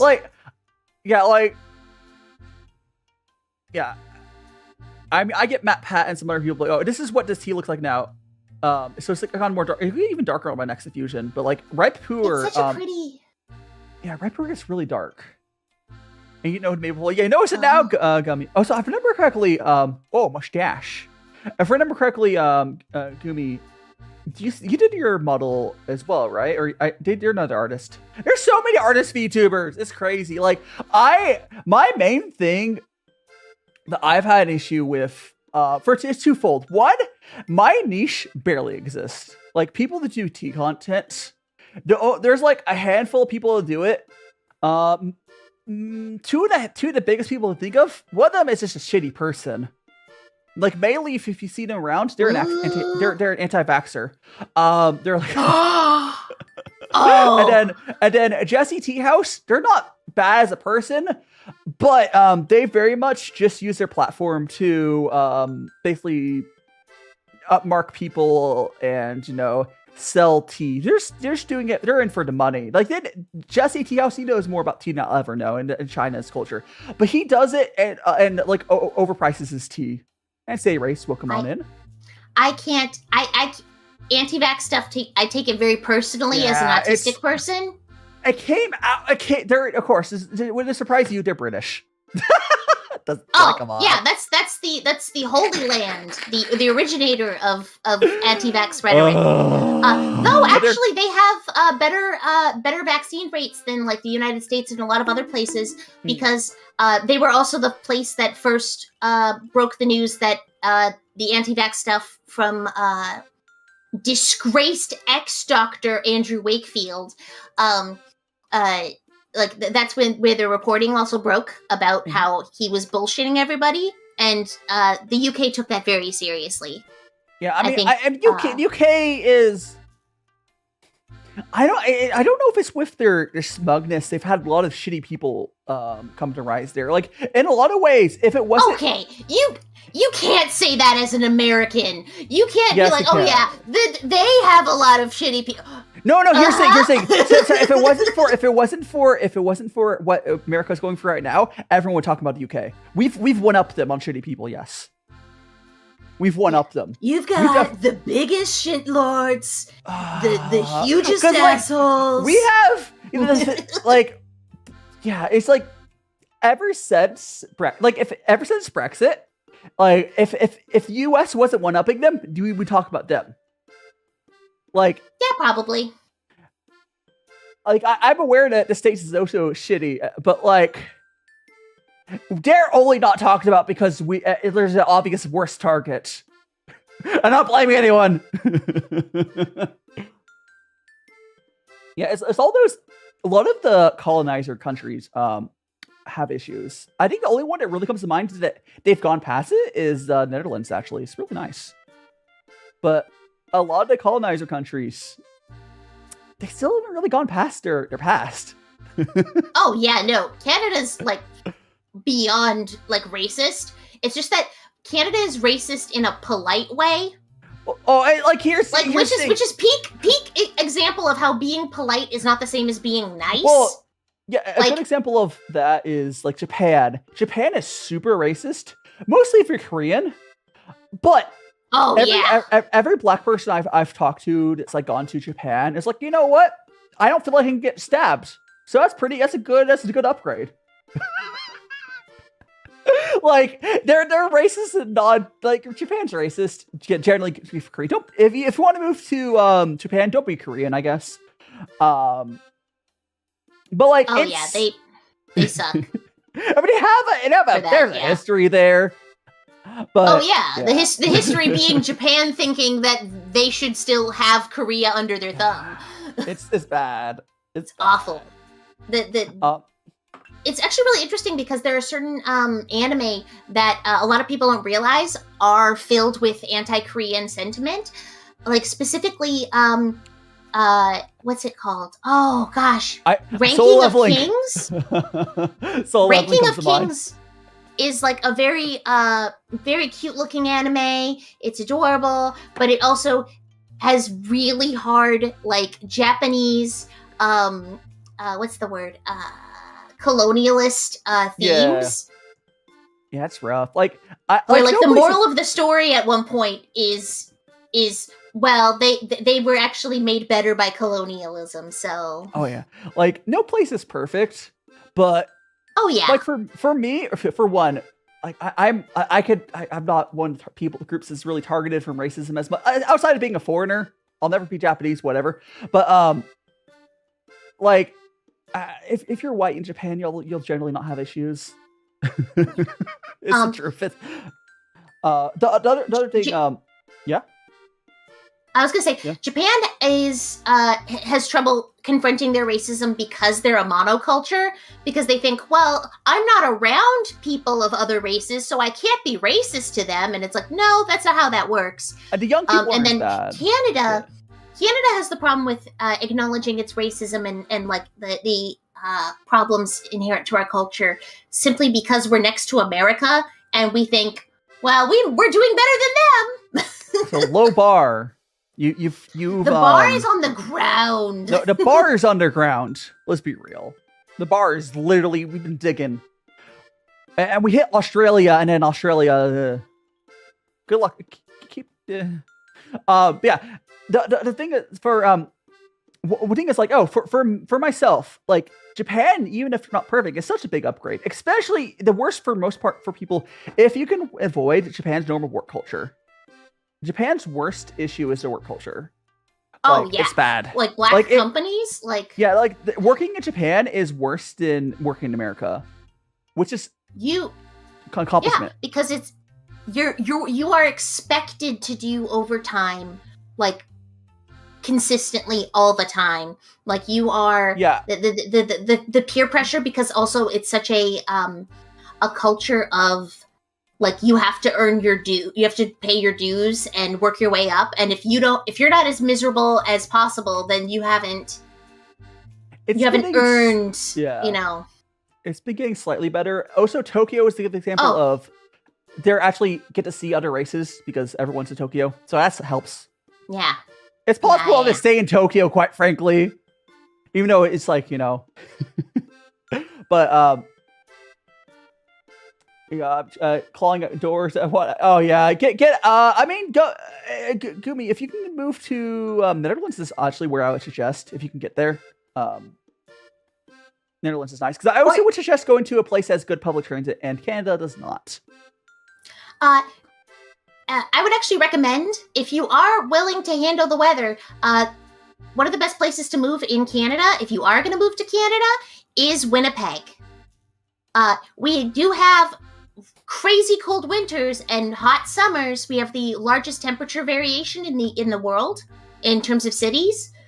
Like we have the largest temperature range, but we are very in Manitoba. We're very progressive within Winnipeg and stuff, while also not being super expensive like British Columbia. Like if you want to live in Vancouver, have fun living in a cardboard box, because that's all you're going to be renting for like 500 Canadian for a cardboard box. That's minimum. Yeah, it's bad. Yeah, they're like in Japan. My healthcare is going to be like $20 a month, and that 100% covers everything. Just 100%, which is crazy because like I don't have health insurance right now because I can't afford it, and like even if I went, I would be out thousands of dollars. My health plan is last 5 years just not to get sick. That's been my plan, which is a lot of that's so scary. That's how a lot of young Americans are. It's like, yeah, my health plan is not getting sick. Yeah, just go jump the border there, Gumi. I mean, honestly, you could probably, if you have a university degree, it's pretty easy to move to most countries. Specifically for a year, it does help. Also Troy, welcome on in. Ontario, Canada is equally expensive. Yeah, again, the one thing that Japan is not perfect. It can be really cheap. Like you can get a place for like $600 a month. It's fairly sizable. If you go to the outer parts of you don't have a degree, go to university somewhere. Then you can move to somewhere for university. That's like a lot of university in all places is not expensive. That's a good way to move. Like I'm going to Japan for language school, which is kind of expensive, all things considered. But it's being a student is the easiest way to move to a country. And then once you're there, it's easier to stay. And of course, legally, you can like every country has their issues with like people just overstaying their visas. No, I'm not saying that. Like once you're there, it's easier to transition to a different visa. Yeah, and where you'd want to live also depends wildly on what kind of career like path you want to go down. What team got? Yeah. Canada has more and more game dev studios, though, specifically in Quebec. Quebec has such crazy tax breaks for game companies that basically if a game company is opening a new studio, you can basically bet that it's going to be like in Montreal. Jail. But also like Ubisoft has an office here in Winnipeg, for example. Rip Gumi going to ad hell. I mean, the bot should link my YouTube. Oh, ad jail is happening. Yeah. Like, gosh, there's so many options. You still have to consider what you have. Like, you can move to like, there's other places you can. It's just. Oh yeah. It's hard to be as bad as like the UK or the US right now. You have to really try. And I would not recommend moving to Quebec if you do not speak French. They will be very cross with you. They're notoriously very mean. They might have good food, but they're notoriously very mean. And not all of them, of course, honestly. But like, I find my interactions with them like online are fine, but yeah. Quebec, they're very intense, but that's because they're also dealing with a lot of like historical, actually like oppression. Like they are treated as second-class citizens in Canada. Like the French are an oppressed group in Canada. Yes. In a big way. Like not, of course, not to the same degree as other oppressed groups, but they have their reasons for being mad. Of course. Yeah, it's a whole So they're like, thing. if you're coming into our territory, you better speak the language, because that's the primary one there. Hockey, maple syrup, omelette du What you gotta fromage. A fun French Canadian cuss word is tabarnak. What? Yeah, because it's like referencing the tabernacle. Like it's supposed to be like a, it's a like a French Catholic cuss, like where you're like a goddamn it, like it's a little blasphemy. So that's basically like that's the French Canadian fuck is tabarnak. Understandable. Yeah, it's just there's all you have. The other issue though is Canada is in a very rough spot economically as well as far as the job market is. I know America also is as bad or worse. Probably worse. I don't know. Canada might be worse off right now. But do you have people working to make it better compared to people working to make it worse? We'll be in the middle very soon. Again, it wildly varies from province to province too. Canada is such a big country, and we're so far apart from each other that like different sides of the country might as well be completely different cultures. You know. I mean, it's the same thing. Any country that's like sufficiently big, the states is the same way. I do find the population map kind of funny. Although you guys are like east-west, very spread out. Everyone's pretty much by the border, more or less. Oh yeah, because it's cold higher up. Yeah, it's freezing at the border. So why would going higher up is just it's so cold, and then on top of that, it's also just trickier when it comes to dealing with things like wildfires and dealing with roads and stuff. Yeah. Also, welcome back from ad jail. I would like to remind everyone on Twitch, YouTube doesn't have ad jail. Twitch forces. I wish Twitch would let us just turn off ads. And mega fan. Japan goes burr. You can turn off ads on Twitch. You can't. You have a choice. Do you want pre-rolls that are really bad on Twitch, which kills your growth on Twitch, or do you want 3 minutes of ads mid-roll? Yeah, that's fair. You have to choose. You can actually have both if you're greedy. But no, Twitch does not let you fully turn off ads. And Twitch's pre-rolls will kill your growth as a creator. Because I do it myself. If I click a stream, I get ads, I go to a different stream. Because Twitch pre-roll ads are like, I've gone like a 2-minute pre-roll. It's bad. Yeah. Whereas statistically, most people are probably staying in your stream for 30 to 40 minutes or so, maybe an hour if you're a really good creator. People get less ads if you do the 3 minutes per an hour. And sticky note, welcome on in. Or you can also watch a TikTok. TikTok has 0 ads. That's one benefit to TikTok. It's very scuffler there, but it does have 0 ads. Thanks so much to the heart me sticky notes. I guess you can subscribe. I don't know. There's Twitch Turbo. I whatever. Hi, sticky note.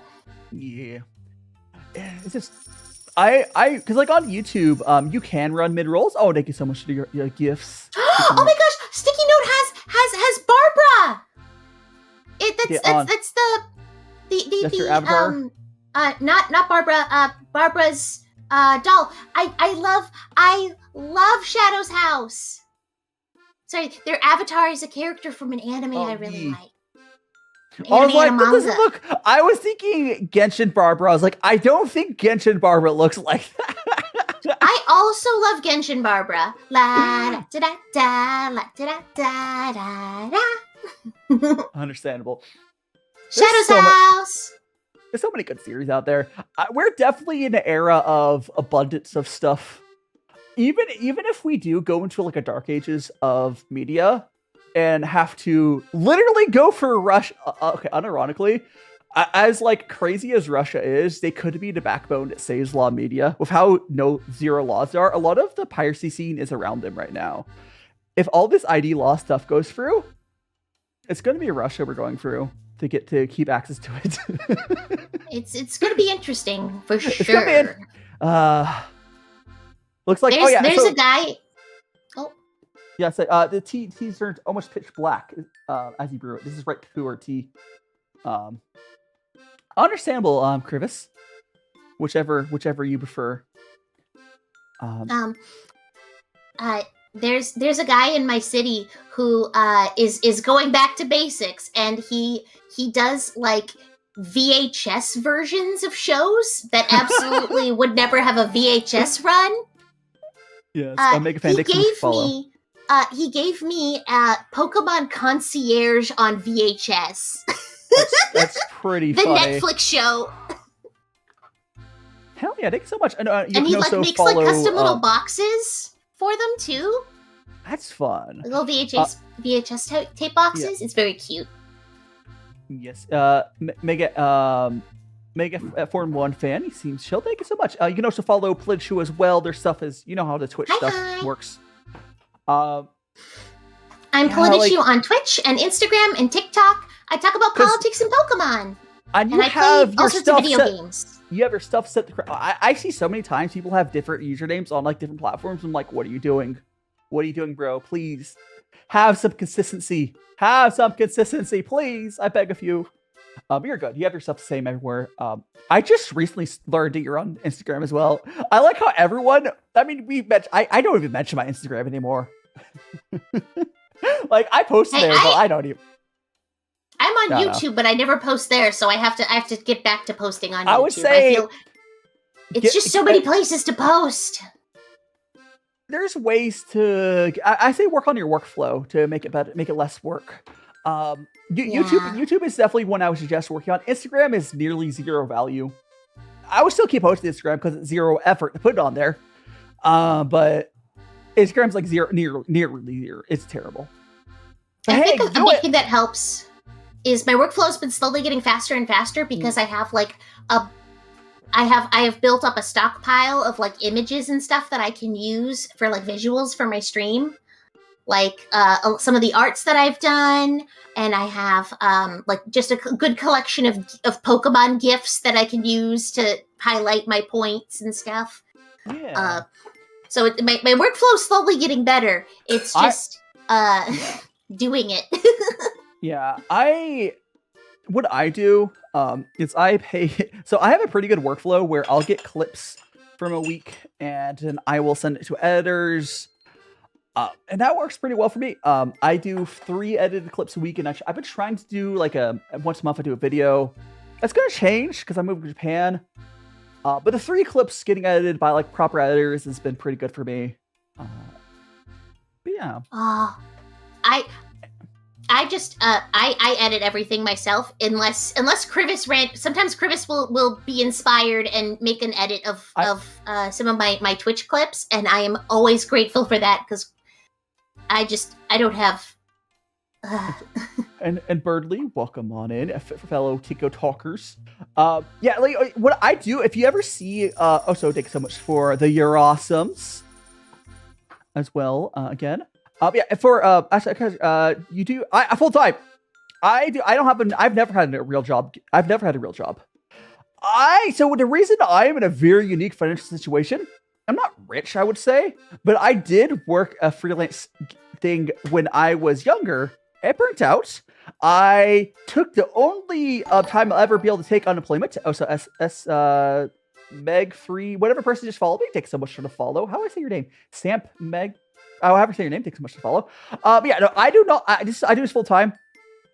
My money, I'm mostly coasting off my money I made when I was younger.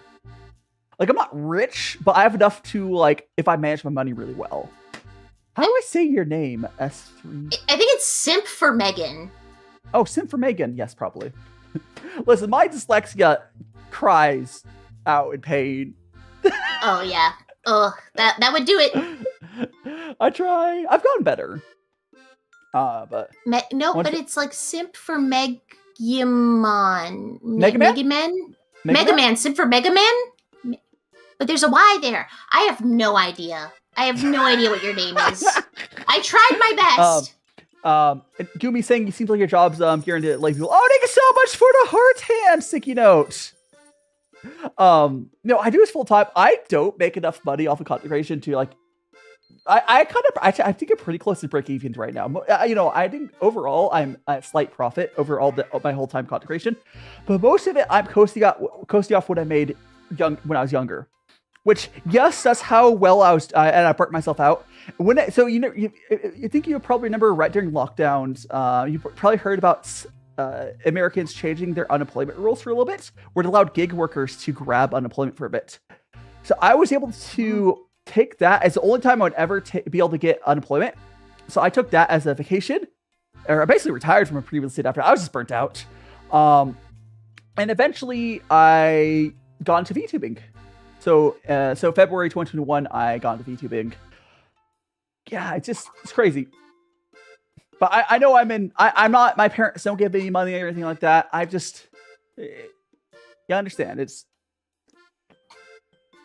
My dream is being able, I want to be able to do this full time and be able to, it's just so tricky.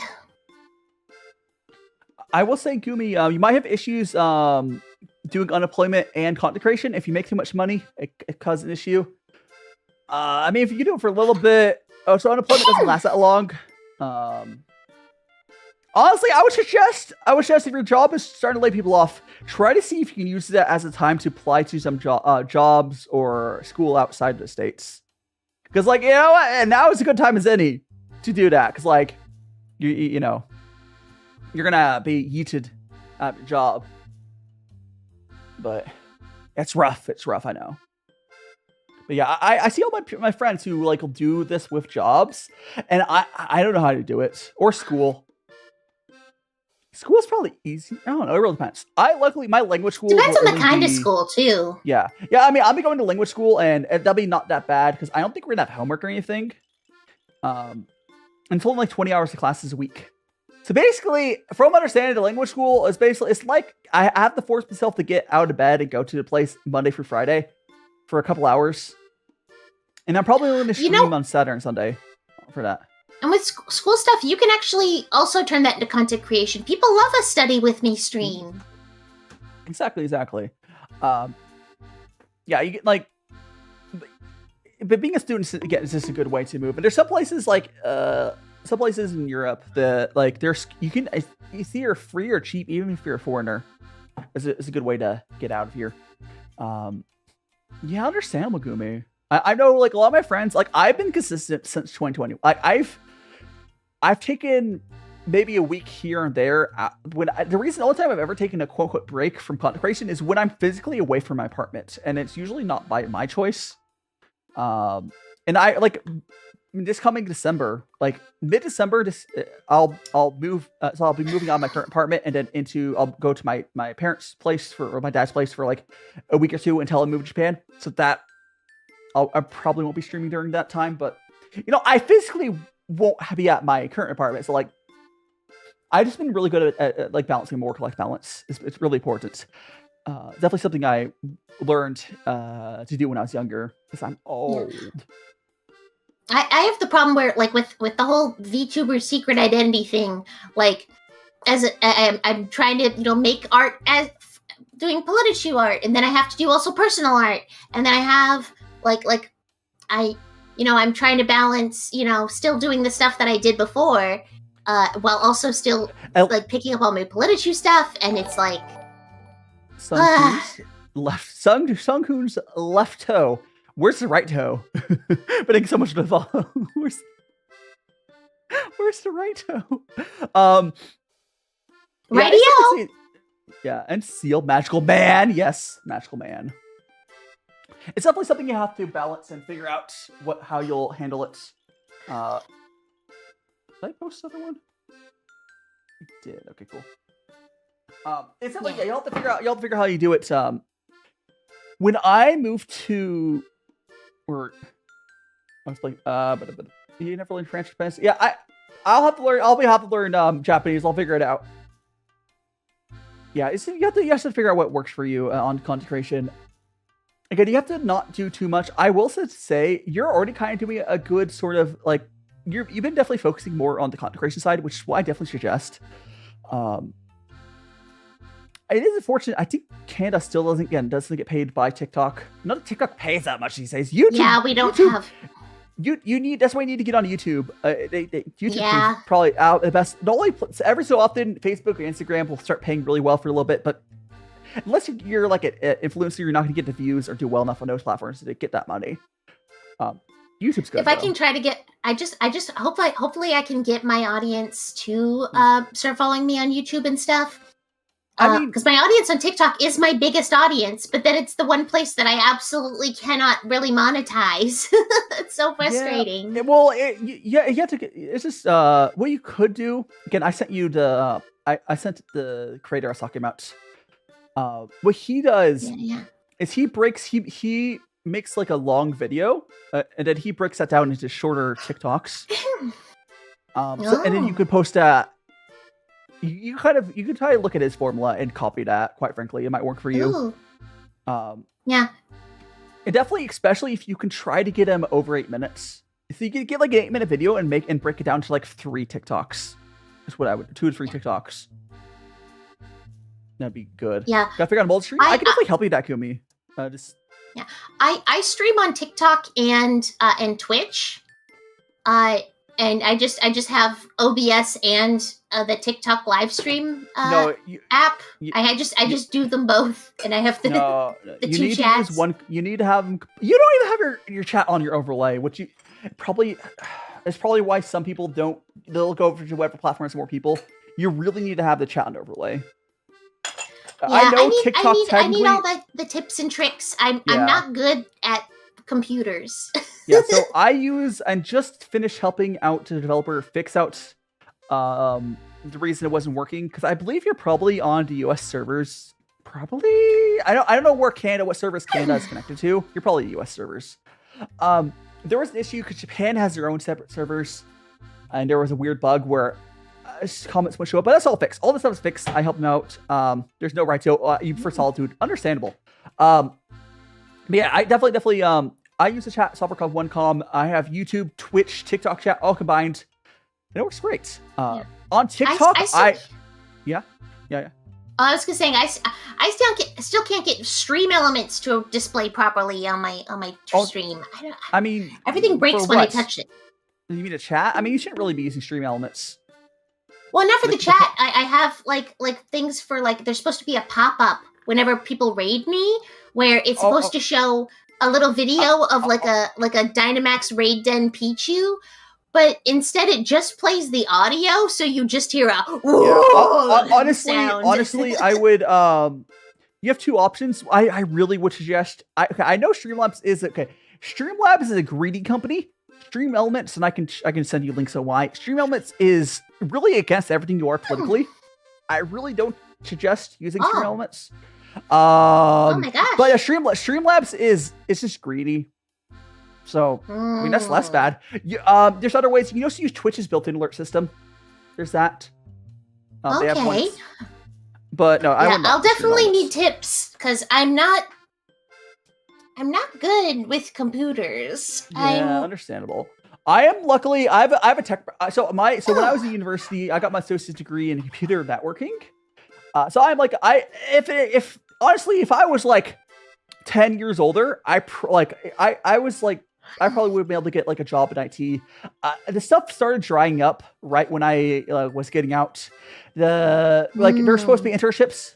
And then that never happened, and like I just got really unlucky. But that's really that's been the case for a lot of stuff in my generation. Like everything started, like all the stuff's like disappearing, yada yada yada. That's been happening, and now it's like it's rough.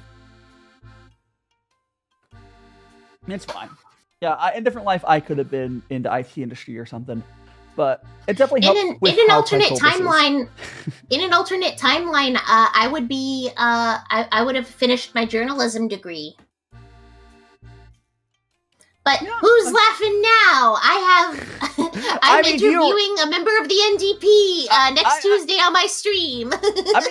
So I know journalism does teach, like the degree does teach you, but honestly, these days, the reason why degrees are weird is often you only need a degree if you're specifically proving something for some sort of thing. It's a check mark. You can, like if you want to move to another country, you sometimes need that checkbox of having the degree. But it's just a checkbox. Yeah. I think it's boring. Welcome on in V. But yeah, it's just it's okay. I guess if you're like in STEM, it might matter a little bit more. But you know. Sorry, just the thing that got thrown at your head and it was funny. Yes. You can throw stuff. You can throw me with the thrower dean. It's very fun. Yeah. When on my stream, people can throw Pokeballs at me, and I keep telling them to stop. There's no catching me. No one's allowed to catch me. Honestly, Gumi, art school's kind of a scam. Art school's kind of a scam. Don't talk about a viewer count, my dude. TikTok's. Anyways. Yeah. Unless you're doing a very specific kind of art, like animation, learning that. But even then, you can learn it online a lot of the time. There's a lot of programs. But yeah, like arts is like arts. Problem is art school is really expensive. Art school is cool. I think the best art stuff is when it's like community college. Go to community college like classes for arts, because those are like real cheap. Understandable, Troy. Whatever you want to use. Like I have on all the places. I usually what I've noticed, like sometimes like one platform will be better. Like I'm on YouTube, Twitch, and TikTok, and like one platform will usually do well on each stream at very least. But yeah, like bless you. Like some people do need the structure of I muted you. Don't talk about a view count. Boring. It's rude. But TikTok's just being a jerk. Also, I don't think TikTok likes when I do collabs. So for real, but it doesn't matter. Yeah, we go with animation. All your anime friends are yeah. All people are self-taught. Like it's just some people do need like the structure of a art class. It really depends. I think the main issue with art school is how expensive it is. Like, there's people in California that go to get art school for to go like $200,000 in debt for an art degree. Which art is good, but oh boy, like it should be cheaper. Thanks so much for the follow, Cuddle Knuckles. You're now in Magical Friends. Like you can, like if art school was cheaper, I think it would be okay. Which is why I say go take community college classes. You'll be probably in a better place for that. Yeah. And there's lots of great art tutorials that you can find online for like learning how to do basically anything. Oh yeah, it's all determination. Like if you let out a screen poke. Because really, the thing with art is like the only reason, the real reason to go to art school is to get connections. But like you can get connections a lot better online, and you can get your stuff recognized better by building an online presence and portfolio. But unfortunately, that does mean that as an artist, you also have to be a content creator in some way or another. You basically have to be your own social media manager, and really know how to properly tag your stuff and build a good portfolio and. Welcome on in, Raiders. We got some Raiders from Kaivik C. Welcome on in. You were just chatting. What were you doing, Kaivik C? Welcome on in. Mio, we'll have you introduce yourself once. Thanks so much. Follow Winter Charm, and we also got FPS Melon. We got Len Nexus. What were you doing? What were we talking today? Again, I'm DaiShimaVT, Vtuber. We're doing what's called gongfuTea, Chinese tea ceremony. I do cooking content, I do tea content, I do chatting, all sorts of stuff. And I'll be moving to Japan for New Year's. But if you'd like to introduce yourself to chat, I am being joined by Politichu here today. I am Politichu. You can find me on TikTok, Twitch, Instagram. I gotta post more on YouTube, but I am a I'm a political commentator, Pichu. I do lots of Canadian news, but also world news, like U.S. stuff. And then I also play video games on my Twitch and have a funny, silly time. Basically, I talk about politics and Pokemon. Because everything is on fire, so a little bit of Pokemon helps the medicine go down. You know what I mean? I'm like Subway Surfers for millennials. And I hope I pronounced your name correctly. Miyoji G-kun, thanks so much for the follow. You know, one of my magical friends. We also have a YouTube. Also on YouTube, YouTube doesn't have the mid-roll ads. We have Discord join. We made much a lot. Wait, why were you're on? You're Kai. Why are we on just chatting for cooking? Why are we on the wrong category? So you're on the wrong category, making matcha latte and avocado toast. Nice. I do a lot of cooking content. I just last Friday I attempted for the first time to make some how do I say it? It's oh gosh, it's concha, the Mexican sweetbread. I'll put it on screen real quick. Is this the first attempt? I made that, but I could put something a lot more. I put something. Yes, no worries, Kai. There's a food drink category. You definitely would find other food drink people on there, but no problem. Let me go pull my. I love a good food, so I'm always glad to hang out with Daichu here. Hell yeah, we're gonna go curry. Let me grab my chicken vindaloo picture I made recently. Chicken vindaloo. Right, they look so good. Here we go. Did you mix all sorts of yummy things on their stream? Yeah, this is my chicken vindaloo I made fairly recently. It was a couple weeks ago. I owed it the naan there I made myself, and it has filled with cheese. Naan. Yes. Oh, and for the concha, if I'm saying it correctly, probably not. The thing on top is usually like pink or red or blue. They're basically just bread of raw sugar. I made it green because my color's green. Put in mouth. Yum. It really reminds me of like visually, it makes me think of melon pan. Yeah, I could see. That's why I was thinking I'm gonna try to Do a fusion. No, I was thinking if I learned how to make those really well and got good at decorating them, it would make a really good gift for people in Japan. Because oh, they would love that. Yeah, because Japan likes sweets. They definitely like sweets. They like a sweet bread. Yeah, like because in Japan it's a gifting culture, so it's a good way to make people like you. Oh, is yeah. giving them food. So I'll probably be doing that. If you go over to someone's house for the first time, you gotta bring them a gift. Oh yeah, just bring them some horchata. Like a fancy fruit.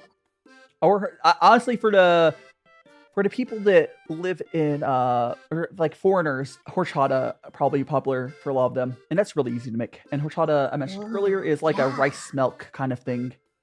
I haven't had matcha in a while either, but it's really annoying to get matcha here in the States. I'm so for real, like good matcha at least. Really? Also, fun fact for everyone who is a foreigner to go to Japan. Ceremonial grade matcha is a marketing term that's only in the West. They do have their own grading system for matcha. They have their own grading system, and there is a difference. I think the main reason that marketing term came to thing. I think it had to do with the fact that most of the matcha in the States was bad, so they had to make like a marketing term for like it's like if you go to Japan, you probably at least get matcha around that grade. But Greek Geek, we're doing well. I hand food over, yes. Yeah, no, it's just that. Yeah, I'll be bribing people with all the foods, and there's also matcha I'm a criminal. Apparently. I like a lot of flavored matchas. I mean, like honestly, peach matcha. There's nothing wrong with having sakura matcha. I will say, like having flavor stuff usually the flavor stuff will use lower quality like stuff to begin with, and they're covering the lower quality stuff with the flavoring, but it's not impossible to make a peach flavored matcha with good quality matcha. It's the issue that boba has. Like if you ever get boba for a boba shop, they're using crappy quality tea, unfortunately. Now it tastes good for because sure. they add a bunch, but like when I make boba on my cooking streams, I'm using like high-end tea, and it does actually taste a lot better. But like those shops are just, they want maximum margin, so you'll get wholesale quality tea. You add milk and sugar, yada yada. Yeah, I do love Pichu matcha. Yes. You could definitely, like, if you were like like I think if I ever opened up a tea shop as like what I do in Japan, I'll have to figure out what business I do because I need to start some business or I leave after 2 years. I think it'd be cool to have like a tea shop, and I could also offer various stuff. I could do boba, but with like the higher quality teas. That'd be fun. You know what'd be really good? Yeah. Like a tea cocktail using like peach Crown Royal. You could definitely do a lot. Like, I'm the stereotype. I'm a Manitoban. I'm a Canadian who loves Crown Royal. It's so good. All the different flavors, so good. If you want to get pure Canadian, do a Canada Dry Ginger Ale with either the peach Crown Royal or the apple Crown Royal, and you're in for a good time. is Crown Royal like cola? I can't remember. Or, A what?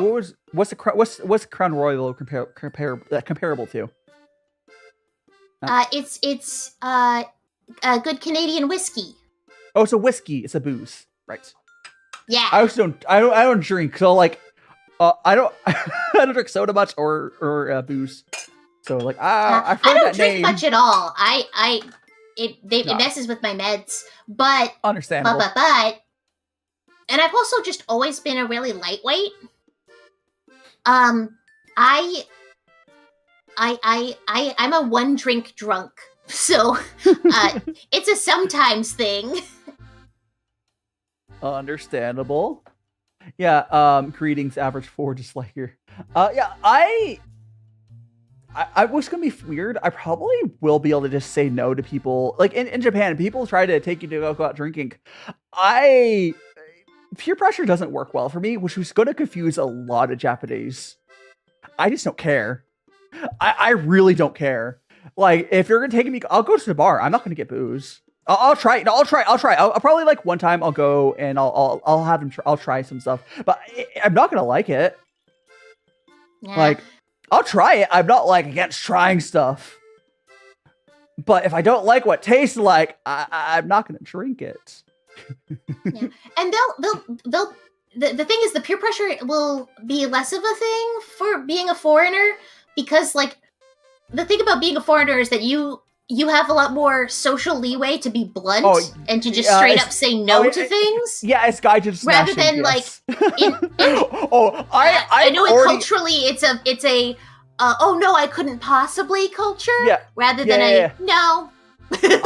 I've already been gaijin smashing a little bit. So to move to Japan, one of the things they ask you for is proof of like savings. So because it's annoying to have, because they want you to have like $20,000 in cash for when I moved, and I couldn't do my own income because I don't really have a normal income, so I had to do my dad. And my dad, I had him do, because he doesn't have $20,000 in cash. So what we did is we sent like his retirement funds, and they're like, we can't normally do that. They accepted it because no one asked. I was like, they asked me, can you liquidate this? Yes, you can liquidate like 401ks whenever you want. You know, there's a tax on it. You do pay a tax on it. That's semantics. See, what matters and what they don't understand, or they do after you tell them, is he could liquidate his retirement funds at any time. He just has to pay taxes on it, which means it qualifies for counting as savings in what their thing. They're like, you know what, this works. But like they don't want to normally take it. Like it's one of the things as being a foreigner you get away with, because the Japanese will never. They'll never, like, because like they want you they want it in like a checking account. If you ever like move to Japan, they want to see you have like $20,000 in a checking account usually. What people often will do is they'll take like a loan out from a friend and then just pay it back. I could have done that, there is annoyances legally for me sending $20,000 in cash to my dad for him to send it back. It's really annoying to deal with that. I didn't want to do that. So we just didn't. I think you can get RC Cola sometimes. I can't remember. Once they stopped making it recently. But yeah, it's just one of those things. Like, yeah, I'll be able to get away with all this stuff. I will, Also, the other thing is, most of the time when they're, when you like go and get, like, when you go forced to go to drinking in Japan, it's usually from your coworkers. And because I will continue to never have a normal job in Japan, like, I'll start my own business. That's never gonna happen for me. Like, if you were to go through like the JET program or something like, you would get persuaded to go. I still probably would say no. Again, I just don't care. Yeah, a lot of the stories I've heard has been a lot of modern Japanese people from lots of experience I've seen online really appreciate having a gaijin in the workplace. Oh, yeah. Because once you have a gaijin just being able to say no to something, then they're like, wait, I can just say no to stuff? Yeah, that's actually and they can follow that lead, and it's huge to being able to have a bit of a healthier workspace to have. Also, Wediko to have a foreigner who's not going to be peer pressured. Wediko is saying you want a religion to sacrifice. Okay, huh? You want One Piece in a single day? There's more than 24 hours worth of One Piece, isn't there? Yeah, no, that's just not humanly possible. You can read it all in a day. Possible. I bet you could read it all in a day. But I mean, maybe I could. I have hyperlexia, so I read like a machine. I'm a reading monster. Monster. Yep. Like it was actually a problem. Yeah. I would hyperfocus reading when I was in school so hard that I'd be reading a book and I wouldn't even notice that the class changed. And I would miss lunch periods. I would miss whole classes because the teacher wouldn't notice that I was still reading my book from like earlier that day. Like I just wouldn't notice what was going on around me and I'd just be mute. It was a big problem. Yeah, Mudong's a cute little hippo, right? Yeah. You could probably, I think if you were to watch One Piece at like 2x speed and then get rid of all the filler, get rid of openings and endings, you'd probably be doable. And Dolkid, welcome on in. I think it'd be doable if you were to do that.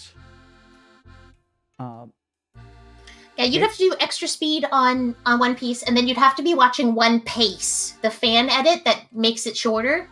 Yeah, where they cut out all the extra, not even like filler. They take away all the like empty pauses and like gratuitous crowd reaction shots and the 1 million flashbacks. Do they also get rid of openings and endings? It's amazingly done. I'm assuming it also gets rid of openings and endings as well. Oh, yeah. In between episodes, like they'll take entire arcs and turn them into like hour-long movies. Oh, so it's going good, Tolkien. You have some tea? Yeah, and they just have like the openings at the beginning and stuff. This is the Pu'er I'm drinking is a very nice, smooth, earthy red Pu'er. This is Black Cat from Waitree, which funnily enough, it'll probably pop up again soon. This is from Waitree. They do a yearly like Halloween sale where they'll sell some like cheap daily drinker red Pu'ers. And I bought a bunch last year. But it'll probably pop up soon again. Like if you want daily drinking red Pu'ers, they'll be good. I won't be able to buy them because I'll be moving. I don't feel like buying them again. But yeah, they're solid. What do they normally? It's like closer to Halloween. It's not yet. It's in October. You know, it's good. It's like closer to Halloween, October. I think like mid-October. Do you know what else is near that time? Your birthday. It's not your birthday. Yep, my birthday was August 3rd. Yeah, I thought your birthday already happened. Like, no, around that time is when the new Digimon game and the new Pokemon game are coming out. I have heard good things. And I'm going to be streaming both. Game. I've heard good things about. I hope the new Digimon game ends up being good. Because like it looks so good. All the trailers are so epic. Like, and you can ride so many Digimon. It looks so good. Now we just need a new Monster Rancher. Oh, hell yeah! Oh, plus technically filler. Yeah, new Digimon anime. Yeah, they did a remake of the Digimon anime, and now there's a new one. What's up, Giant XPS son? So ask a question. But yes, I've seen my papa. I saw him heading towards the market to get some milk, but he doesn't know what milk is, so good luck with that. Oh, that's the thing that comes in a bag, right? You know, they actually started selling in American schools. They started putting milk in bags. I don't know if which is the worst way. Single serving milk bags are kind of cursed. I understand that. Yeah. But Like a Capri Sun? Yeah. To give you, it's just a square, and then you get to stab with a straw, and it squirts everywhere because they're not designed well. Yeah, the new Digimon anime also looks really good. Max. I don't have any problem with bagged milk as is fine. It actually makes sense in like a pitcher. Like, you know, like is it, how big is our bag? Or like a liter, probably something like that. Probably like a liter or two. I like making bagged milk jokes, but actually, that's kind of a regional thing in Canada. That's a little peek behind the Canadian screen. Yeah. In my area, we don't do the bagged milk. That's not a thing in Manitoba. What I would do if I was in a place that had the bagged milk, actually depends on where I'm at. So I'm at a place because like right now, I buy my milk 2 gallons at a time from Costco, and I'll rebottle and freeze it. They are actually like bags. They're bags. Yeah. Like the milk bags in Canada are like bags. They're bags. So basically, the way where the places do have it, it'll be like a bag of it's cold, and you'll cut the corner, and you put in these like special pitchers. It works pretty well. Quite frankly, there's 2 things. If I didn't freeze my milk, if I moved there, if I stopped doing it because I can get smaller amounts. Garlic bread is good, seriously. I would probably rebottle the bags because I honestly don't like how their pitcher's not airtight. I don't like that. Yeah. But like, no. I don't have any issue. It's really not that hard. You get a funnel. I would just rebottle it. I don't care. It's not a big deal. I just roll with a 2-liter jug of milk and I'm good. Yeah. Just keep a. Yeah, that's just fine. The only reason that bagged milk bugs me is because those pitchers I see them use. I know some of them do get airtight ones, but it not being airtight is just like, ugh. Yeah, I know. That's the only issue I have with it. Could you imagine Ziploc milk? No, well, it's more like because they buy specialized pitchers, but I don't understand why they don't just pour it into the pitcher and have it seal. Probably because it means like the idea is to be lazy and not have to wash the pitcher, but like you're definitely gonna get. You have to wash it. It's not airtight. It's gonna. Pitcher. You have to wash it anyways. It's gonna splash us on the spouts. You have to wash it anyways. Yeah, I don't know. That's like an Ontario. That's a eastern side of Canada thing. I don't know. Yeah, like again, I don't have issues with the concept of bagged milk. I have an issue of how to use it. Like it's like it wouldn't affect me. It would not affect me because like I would just I just rebottle it. I don't care. But I don't know. Yeah. I think. Yeah. I was just thinking about how 2-liter jugs are my go-to, and that I thought about American the way that I think about American forms of measurement, and my brain hurts.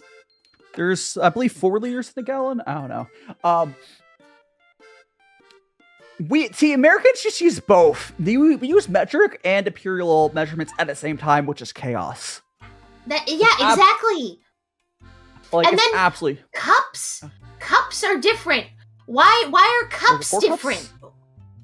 Is it a cup is different in U.S. measurement system than it is everywhere else. So you have to constantly. There's 3 cup measurements. There is the metric cup. There is American, like imperial, cups, and there's also an Asian cups. Like the rice cups are different. It's like the rice cups are 180 milliliters per cup. It's terrible. Why my serve brain 3? hurts. Which also causes issues with people using rice cookers. They'll try one of the other 2 cups for it. No, you have to get the rice cooker cup, which is 180 milliliters. Whatever. It's really dumb. Yep. They do come with it. Oh, No. I was going to say earlier we were talking about horchata, and then I forgot. My big pro tip is when you're washing your rice, don't just let the dirty rice water. Don't let it go down the drain. Save it for watering your plants. What plants? Plants aren't real? Freaking. If you have any sort of plants, they love rice water. Plants aren't all real. the extra starch that you're washing off, that'll make your house plants and your herbs and any outdoor plants. It'll make them pop off. Outdoor plants. There's nothing alive out there. Oh yeah, I also forgot. So, a story I like to talk about a lot is my friend had their friend from the States come visit here, and they were the entire time. Their U.S. friend was just going, "Whoa!" At how like nice our city was, and it was like a bad neighborhood that they were actually driving through. But they were losing their mind because our city is so full of trees. Winnipeg is a forest city. Where basically, like, it is weird for a street to not have just trees all the way down. It's so many trees. Like, every neighborhood, trees. You are weird if your yard doesn't have at least one fully grown big old tree, which is apparently a lot rarer in the States, because when I go down there, it's like your houses are naked. Yeah, it was like in the North End when they were driving through, and they were like, "Wow, it's so nice here." And it's like, "Oh no, it's just we have so many trees." A huge part of the reason why Winnipeg and its like little baby brother city Brandon, why we have so many trees, is because that we're in the middle of this in the prairies. We need to have all these trees to buffer the wind. We would be so much colder and so much more miserable if we didn't have tons and tons of trees. And it also provides lots of shade for in the heat. Like, I don't know how, like, I've been to the southern states, and it's weird seeing how few trees there are. I'm like, how do you guys handle that much heat if you don't have, like, if your entire sidewalk isn't shaded by big old trees? So you know how they handle it? They handle it by getting into cars, because Americans don't care about pedestrians. No. But I will say there are some cities in the States. Some places do have more trees. California has a lot of places with a ton of trees. It really depends on where you're at. If they were from, it really depends where they're at. There is very few free trees where I'm at in Vegas, but there's also, I'm in a desert. Let me find. I'll find a picture to show you of something, and you're gonna be like, "Wow!" If I can find it. And Riff. Oh, so Bennett, don't be mean to the other Bennett on Discord. Don't be mean to the other Bennett. There is another Bennett on there. I have to make sure I'm not being mean to them now.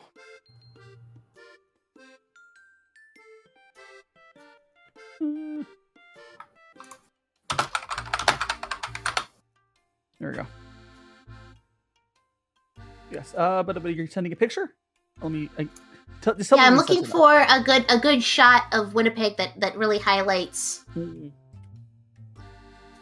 38 C with 90% humidity. Delicious weather. It sounds like Florida. It sounds like Florida weather. A good angle on the dangle. Yeah, don't be mean, especially to the other Bennett.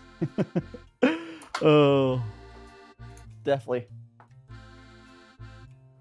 You'll see a lot online of people. Here's one that has also a good angle on how many trees are in the distance, and that's still all city that you can see with all the trees in the distance. Oh, here, yeah. Let me. I mean, this looks like a normal. Like, there's plenty of places with that amount of treeage in America. It really depends on where you're at, though. I'll go put. I'll put that picture up. Let me. I'll do the wide angle. Yeah, but just every neighborhood, like rich, poor, everybody's got big old honking trees. On the street where I grew up, there's a lot of trees like that. But like it really depends on where you're at. If you wanna OBS, would you like to add this? Oh yeah, I'm not trying to say like, oh, all America doesn't have as many trees. I just thought that was an interesting observation, and also, but though specifically, I know that Winnipeg and Brandon are forest cities, is what we are referring to. Well, that picture gave me an error. I'm just gonna try the other picture. I don't know what happened there. Let me try the other picture. Oh, what the hell was this format you said it as? What's it? I don't know. I just copy pasted from the internet. What's that? I don't know. Avil file or whatever? Something. I don't know. I just went to Google and I copy and pasted an image. I don't think I'm able to put it on screen.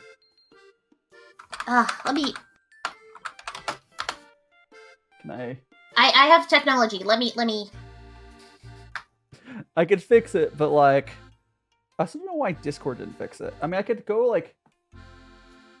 Oh! That's I pressed a button. Try that one. No, that one was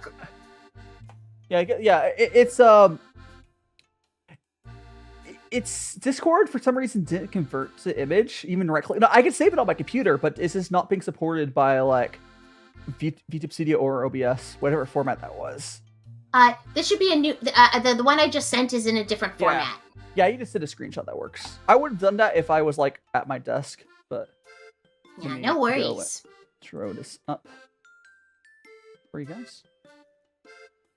Yeah, people crap on Winnipeg, but a lot of that actually comes from the fact that Winnipeg has the second largest indigenous population on all of Turtle Island. And so there's a lot of racism that comes with the treatment of how people view Winnipeg, and but it's a lovely city. Right, that big building in the middle there, that's Canada's Human Rights Museum. Yeah, I would say there's a lot of cities in the States that have like no trees. It's really depressing. Like Vegas is like that. Well, at least it's understandable here in Vegas because it's desert. But yeah, I believe there's also like I think Washington has a bunch of trees. It really depends on where you're at. Yeah, but, and our rivers here are brown, but that's because we have in the Winnipeg area we have lots of clay soil, so it's the Red River.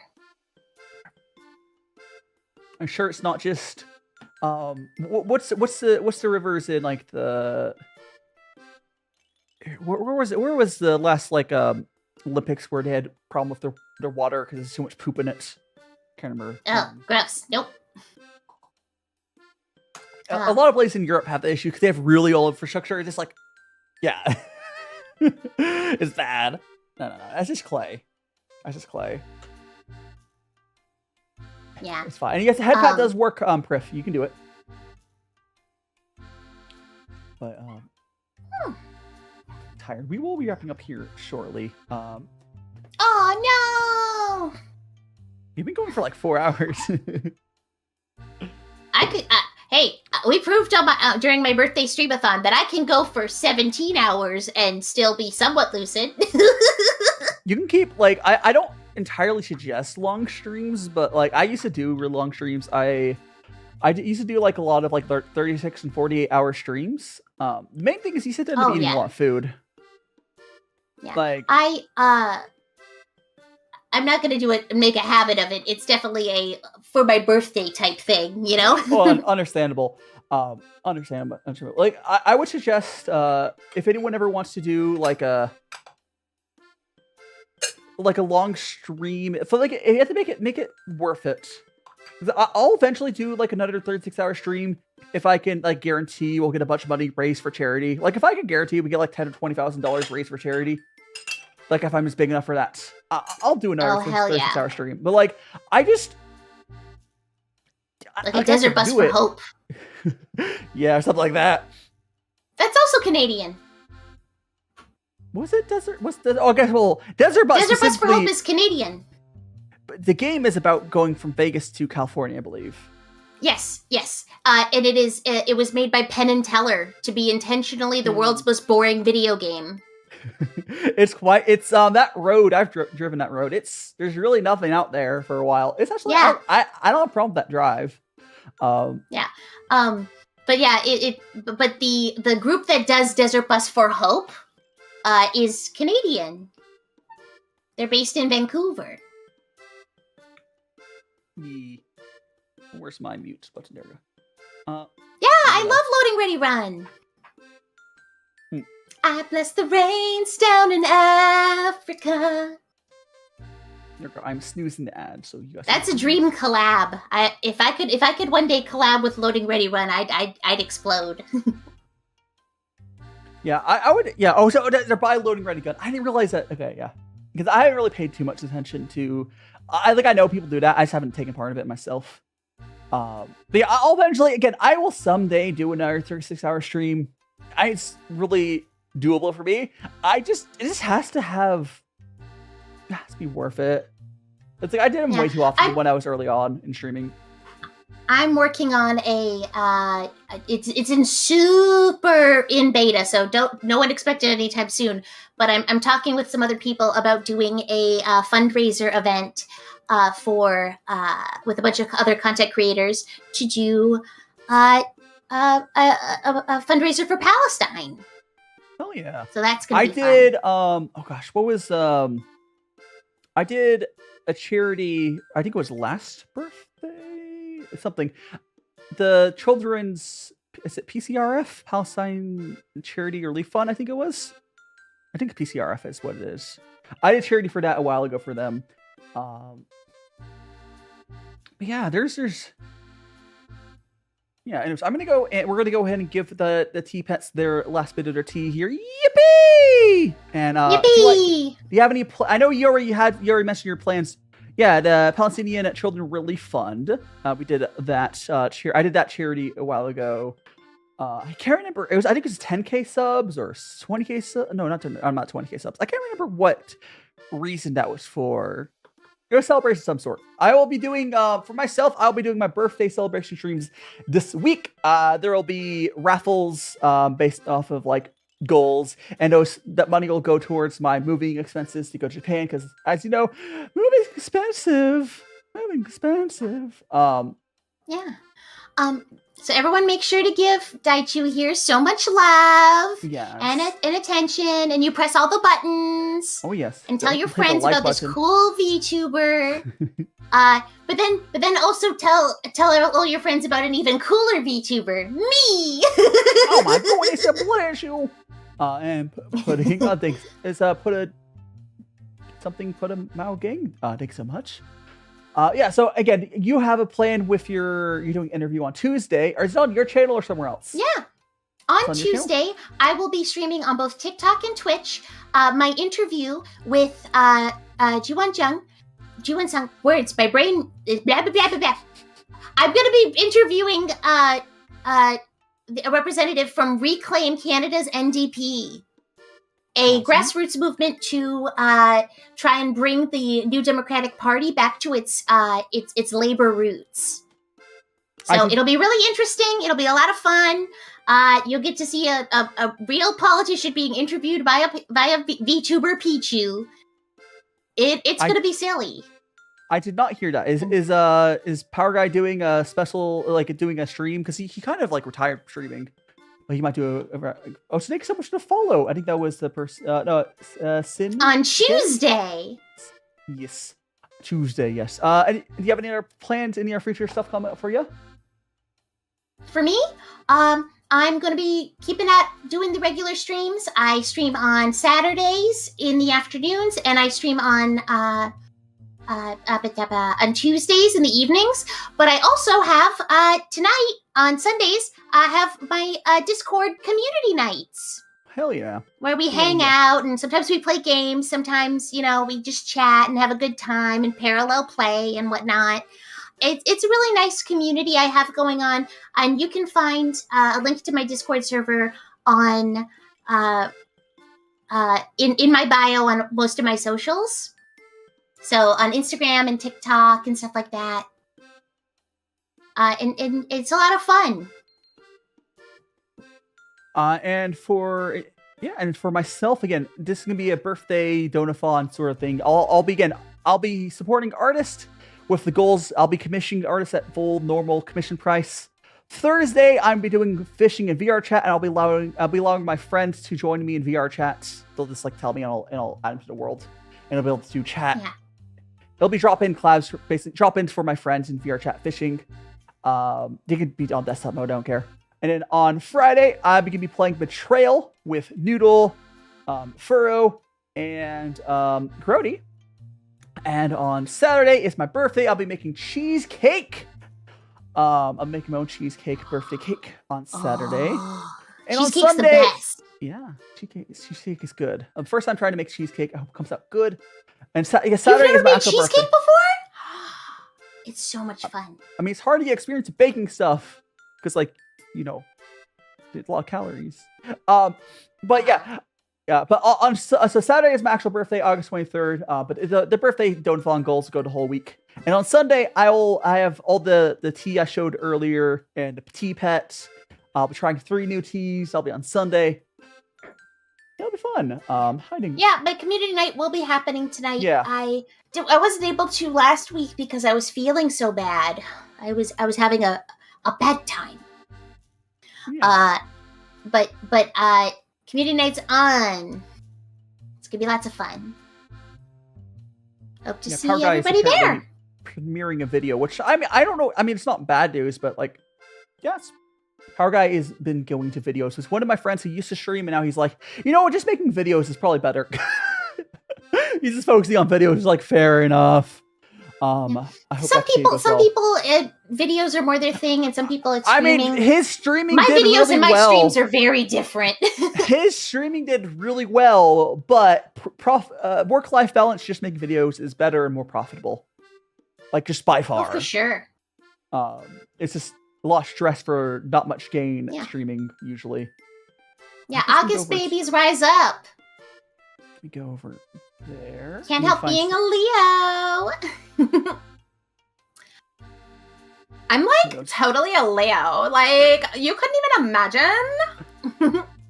I like doing voices. Yeah. Let me see if I can find someone on Twitch. To raid! Yes. I always forget to raid people when I stop my streams and I feel bad. Oh, got a raid. I see Doll is just starting her stream. I'll probably just raid over there. Hell yeah! Good timing. Okay. Excited to be a menace. Hell yeah. So Doll is another cooking creator. They are going to be cooking chicken teriyaki lunchbox. And then I'm also going to, on YouTube side, we're going to Tori, who just came back from an event or something. But yeah, thanks so much for joining me, everyone. We'll start the raids, and I will see you guys Thursday and on Discord. Hit all like buttons, hit all that stuff. Let me start the raid on Twitch. Get that. Okay. /raid.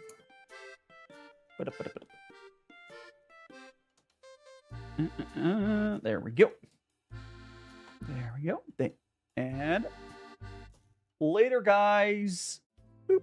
Oh, Dai's a Virgo. I forgive you.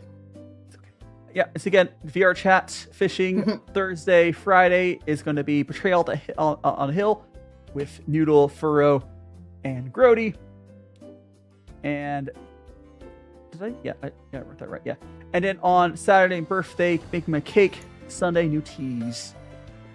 I'll go ahead and end the TikTok stream and we'll read out. Yes. Magical T-Boy raid. Magical T-Boy raid. Magical T-Boy raid. How do I join the raid? I don't understand how it's automatically works. It's automatically on Twitch and YouTube. Oh, yay, excellent. I don't know how raids work. There's Magical T-Boy raid, Magical T-Boy raid, Magical T-Boy raid on both sides. Just put in chat.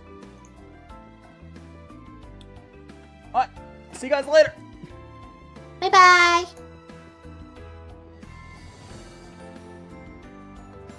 I'm gonna pop out of Discord.